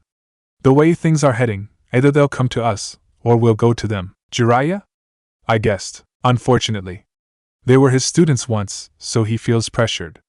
I fear he may very well ignore my words soon, I sighed. Can't say I'm surprised. I'll make sure to talk to him before he leaves. Calm him down if I can. You do that. Perhaps one knucklehead can get through to another. She snorted. I wasn't really sure on how the confrontation with Nagato should go, especially with Jiraiya beside me. He would likely go in with the intent to talk and perhaps he'd get the chance after we beat them, but I don't know if he can convert the 2. Without Mr. Charisma around, that task would fall on Jiraiya's shoulders. I have a potential solution, but it's still in the works. My second concern is where this fight would take place. I don't want it to be the Leaf nor the Rain Village, too many possible casualties. I should have some time to think on this further. If events don't change too much. What's this? Brown eyes flicked between the scroll lying on her desk and me. I swear, Naruto, if this is another attempt to increase my workload and bring more stress, I'll make you pay for it. It's not. I think. It actually might turn out that way. It was spying on us when we engaged Kakuzu and his partner. I explained. Emerging from the side of a tree, the thing didn't even register to my chakra sensing ability. Would have escaped me if it weren't for its negative emotions. More importantly, however, is its makeup. It feels like grandfather's cells. It's almost a perfect match for his DNA. She finished in shock and rising anger. Yeah, that. With its ability to avoid detection, I assume it's that Setsu creature mentioned in the snake's notes. Their spy. It doesn't have the black side, so maybe it's a clone or something. I was getting disturbingly good at this deception thing. It's for the best, really. HN. I waited for a few minutes as she performed scan after scan before finally sitting back in her seat looking pensive. It's less than 2 days old, so you might be onto something with the clone idea. We can assume that the original's composition included a significant level of grandfather's cells, meaning increased regeneration capabilities and more potent chakra. Could possibly include access to his wood release. In short, I don't like this one bit. Maybe I'm forgetting his lesser used abilities, but I never saw White Setsu use wood release. He could merge into landscapes and move around quickly, make clones, and eat things to dispose of them. Those in the 100,000 strong army were shown to be able to absorb chakra, create spores, and pose as real shinobi down to their chakra signature. Assuming Zetsu created that army by cloning himself, then he has all of those abilities which, although not insignificant, aren't exactly wood release either. What are we going to do? I ask her instead. For now, we wait and plan. And keep an eye out for more of them. I'll have a team do further tests on this to see what they make of it. Perhaps it can be used to our benefit. she decided. If that's all, you may leave and enjoy the rest of your evening. See you back on 3 days. Huh? Why 3? You gave the others a whole week off. With this new headache to deal with, you'll be more helpful in here than ever before. She replied, totally unapologetic. Vindictive even. Ugh, fine. Later, Tsunade. I sent a wave over my shoulder. Maybe I should have just disposed of that corpse. By Naruto. Bobbing my head to a song from another world, I push my front door shut and lock it behind me. I then kick off the footwear and neatly place them to the side before reaching to the areas just under my armpits where my armor fastenings are. Making quick work of it, I pull of the various pieces and seal it all into its assigned area on my right arm guard. Similar to the current Reikage, and whatever those things on his arm are, my vambraces are either always equipped or on my dresser when I'm asleep. Thus, they are very convenient for storing my valuables. It's from that same pocket dimension of sorts that I unseal 2 different packages onto the coffee table, which isn't really called that here. Whatever. After leaving the Hokage's office, I made a stop at the parcel office where mail from inside and outside the village was processed. Turned out today was my lucky day. Having an idea what the bigger one is, I open the smaller one. It's much softer to the touch, and unwrapping it reveals a red garment made from silk. It came with a note. Naruto. I'm experimenting with a new fiber, and discovered it feels amazing against bare skin. After making something for myself, the idea of a matching set for you came to me. Hope you like it. Yua, holding the garment up in both hands, it looks like a pair of pants. She's right, the fabric is nice but also too delicate for everyday usage. I suppose it's meant for sleeping with. The way realization hits me. Yua made us matching pajamas. Or that's what it sounds like, matching set for me, right? Damn. Our last encounter had ended on a happy note, but to think she remembered where I was from and was willing to pay to send this to me?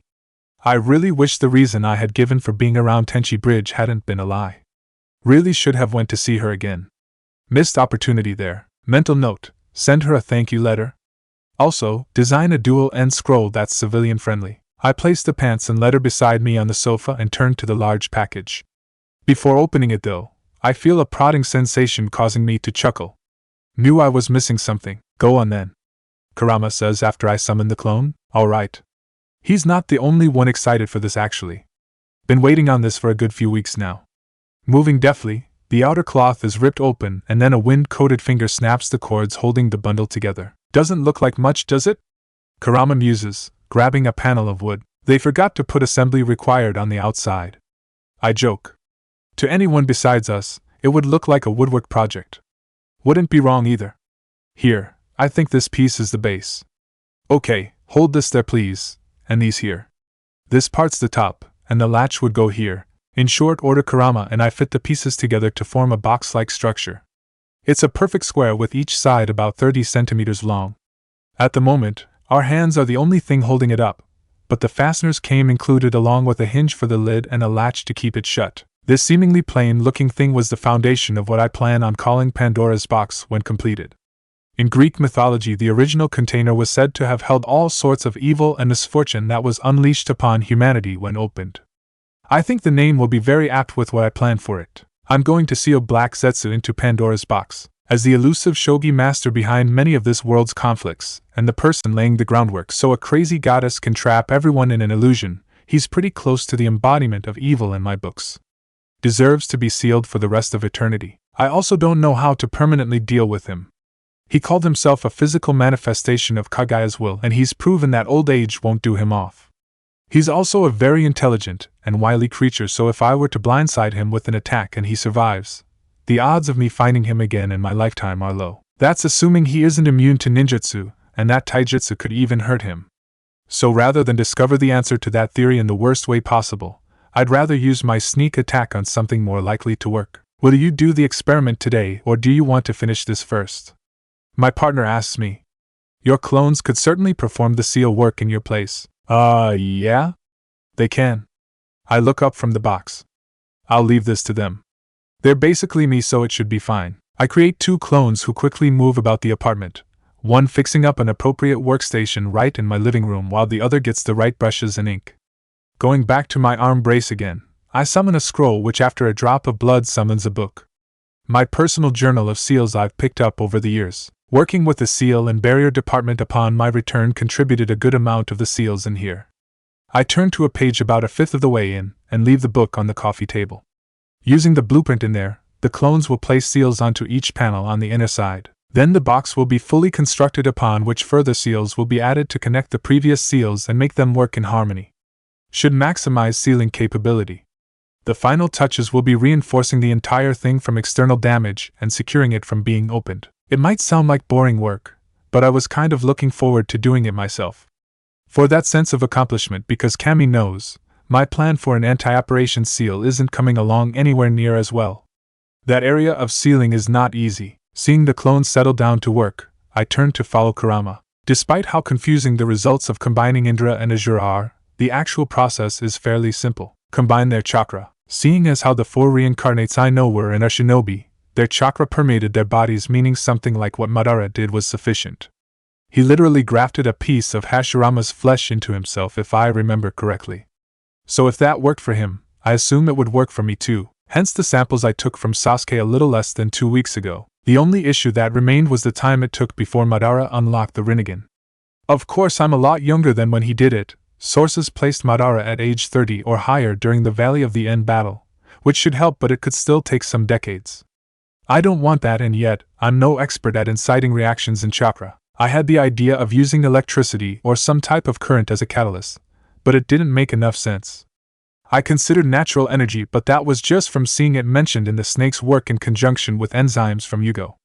That was geared towards physical transformations and enhanced physical capabilities. Not what I needed. It did raise a few questions though. Assuming Sasuke's chakra is taken in and takes a while to merge with mine, would it just sit around? Could I potentially have mine, Sasuke's, and Kurama's chakras churning around in me? And I will likely use Sage mode eventually, so I can add natural energy to the mix as well. Will those energies create an unforeseen effect? Could they speed up what I'm after? Guess I'll find out. Performing incision. I bite down on the piece of cloth. Even prepared for it, that still hurt. After a moment, the clone moves on to apply the flesh sample into the wound. Hopefully, the towels are enough to prevent my mattress from being ruined. Coming around to my left side, a needle is stuck into my arm, feeding from the 4 drip prepared with a sample of blood. Only then does the clone begin healing the wound beneath my ribs. To make space for the blood transfusion, I'd had to lose an equal or greater amount of my own blood. Now that that part was done, I just needed to sit here until the drip ran out. What does it feel like? Kurama speaks up after the clone disperses with its task completed. Can't say. There's a faint sensation there, but don't know if it's lightheadedness or just circulation. I shrug the shoulder not connected to the needle. No autoimmune reaction as of yet, HN. Yeah, stuff like that doesn't really mean anything to him, does it? I think he should carry out the second operation. Yeah, the more I think about it, the better it sounds. If this is Operation 6 Paths Chakra, then the second one would be called Operation Rinnegan. Of course. If the threats that come later are as serious as you think, it would be for the best. He would benefit as well. He adds. All these points I've already thought of. Operation Rinnegan calls for removing Sasuke's Manjikyu Sharingan and placing them into myself while giving him Itachi's to create the Eternal for him. Kurama and I are of the belief that although it could take time, those eyes would eventually shift into my own Rinnegan. We also believe, although this has less empirical evidence behind it, that the aspect of reincarnation could work to my favor. If Sasuke is Indra and I'm Azura, then to infer we have some connection wouldn't be amiss. Especially with his blood now flowing in me. We hypothesize that I have a decent chance of being the one person not Uchiha by birth but able to wield their dojutsu like they do. That means switching between the dormant and active phases of the Sharingan at will and not incurring the chakra penalty that those like Kakashi do. Furthermore, with those becoming my eyes in a way and activating the Rinnegan myself, I would be able to switch between the different dojutsu like I remember Madara being able to do. As if that weren't incentive enough, my own Rinnegan would mean having a unique ability. Madara had access to the limbo, while Sasuke had some sort of space-time technique, both very potent abilities. If either of the two plans should bear fruit in time for the events of Boruto, then it would be a game-changer. If I get both? I don't want to invoke bad luck, but I'd be optimistic about my chances. Trust me, Kurama, my mind is already made up. I want it. What I need, however, is a way to obtain them without anyone else knowing. Especially Sasuke. Aside from the breach that it would appear as, it could also set a bad precedent. I don't want him coming after me in pursuit of power. After they battle, we could repeat our actions from previously. Incapacitate him and perform the switch. He will not be able to differentiate between the eyes if the Manjikyu is new to him. Kurama begins and I quickly fall onto the same wavelength. If we seal his chakra before bringing him back, Tsunade will probably leave it that way until she's sure he can be trusted again. It could be a good while before he even has the chance to use those new eyes. Precisely. Time in which they will conform to him, lowering the odds of him suspecting foul play. We're definitely glossing over a few things, but that's not a bad outline. I muse. This right here is why I keep you around, you sly old fox. This right here is why you need me, you annoying brat. To provide much needed wisdom. He retorts. I laugh, relaxing back into my pillow. Having a partner through this whole mess makes a real difference. Who knows what I'd do without a sounding board, goes Asuma POV. Stepping out of the shower, he reached over for his towel to dry himself off. Placing it back on the rack, he moved over to the sink to finish with his pre-bed rituals. Minutes later, he walked out into his bedroom to behold a sight that brought a smile to his face. Asuma wasn't perfect, he recognized that and had come to terms with it. There were many things he regrets, chief among them being his relationship with his past father, and the way he dealt with problems back in his youth. If he could go back and smack some sense into the selfish and annoying brat he used to be, he would. But life doesn't work that way, so all one could do was learn and do better in the future. Despite his failures, or perhaps due to his failures, he had a number of bright spots in his life, and he made sure to cherish them all. His home, his students, his friends. They all added their own light to guide him in this dark world, but one person was held above all others. Raven locks, eyes made of ruby, fair complexion, the loveliest face and a body to put all other women to shame. Such was an apt description of the one who held his heart. Your staring darling. Kurenai smiled, cheeks a touch of red in front of his adoring gaze. Only because you are the most beautiful thing in the world, he replied. I could stare at you for the rest of time and not get tired of it. She sat reclining against the headpost of his, bed, wearing only a loose kimono opened in the front. It exposed a mouth-watering amount of her generous breasts, and even a hint of pink on one, but aside from an appreciative pan, he only had eyes for her stomach. Her slightly rounded stomach. He was going to be a father soon. Well, you can do more than just stare. Even her laugh had become a precious thing in his mind. Meant to be protected at all costs. You already have, in fact. A delicate hand moved down to caress her bump. I know. Smile growing, Asuma joined her on the bed to lay his head in her lap and a hand of his own on where their child was developing. When her fingers started brushing through his beard, he rested his eyes, content in the moment of comfortable silence. It was moments like these that Leaf Neen fought and laid down their lives for. Oh? I'm assuming you've changed your mind then. The mission? Yes, Asuma sighed. It really put things into perspective. Nothing went wrong per se. In fact, the mission went as well as it could have. Both the primary and secondary objectives had been fulfilled, and no one sustained any injury. A perfect outcome if there were ever any. But at the same time, my mind can't help but consider how things could have turned out differently. If either of our squads would have encountered the Akatsuki alone. He breathed out and took solace in her warmth and scent around him. I think it's time I spoke to Hokage-sama and got a new placement. If that's the case, know that I'll support whatever you choose to do. An administrative post wouldn't be a bad fit, however. Kurenai suggested. Standard hours, meaning you'll be with me every night. And you know how itchy I get by then. That is a good point. Wouldn't want you to deal with that itch yourself. Asuma laughed before turning contemplative. I could do that. Taking another group of genins could also work. No. It would be a while before they take missions outside our walls. An eyebrow rose. Didn't know you enjoyed being a sensei that much. What was there not to like? Maybe at first it was challenging, but after that, it was smooth sailing. I can attest to developing 3 great ninja for my village. It would be different. I doubt you will be assigned another group as calm as your first one. You lucked out with Shika and Chuji there. True. But your team wasn't too rowdy either. He pointed out. One was an Aburame, and the other was Hinata. Only Kiba was a handful, and he got better after his first Chunin exam. She smiled fondly.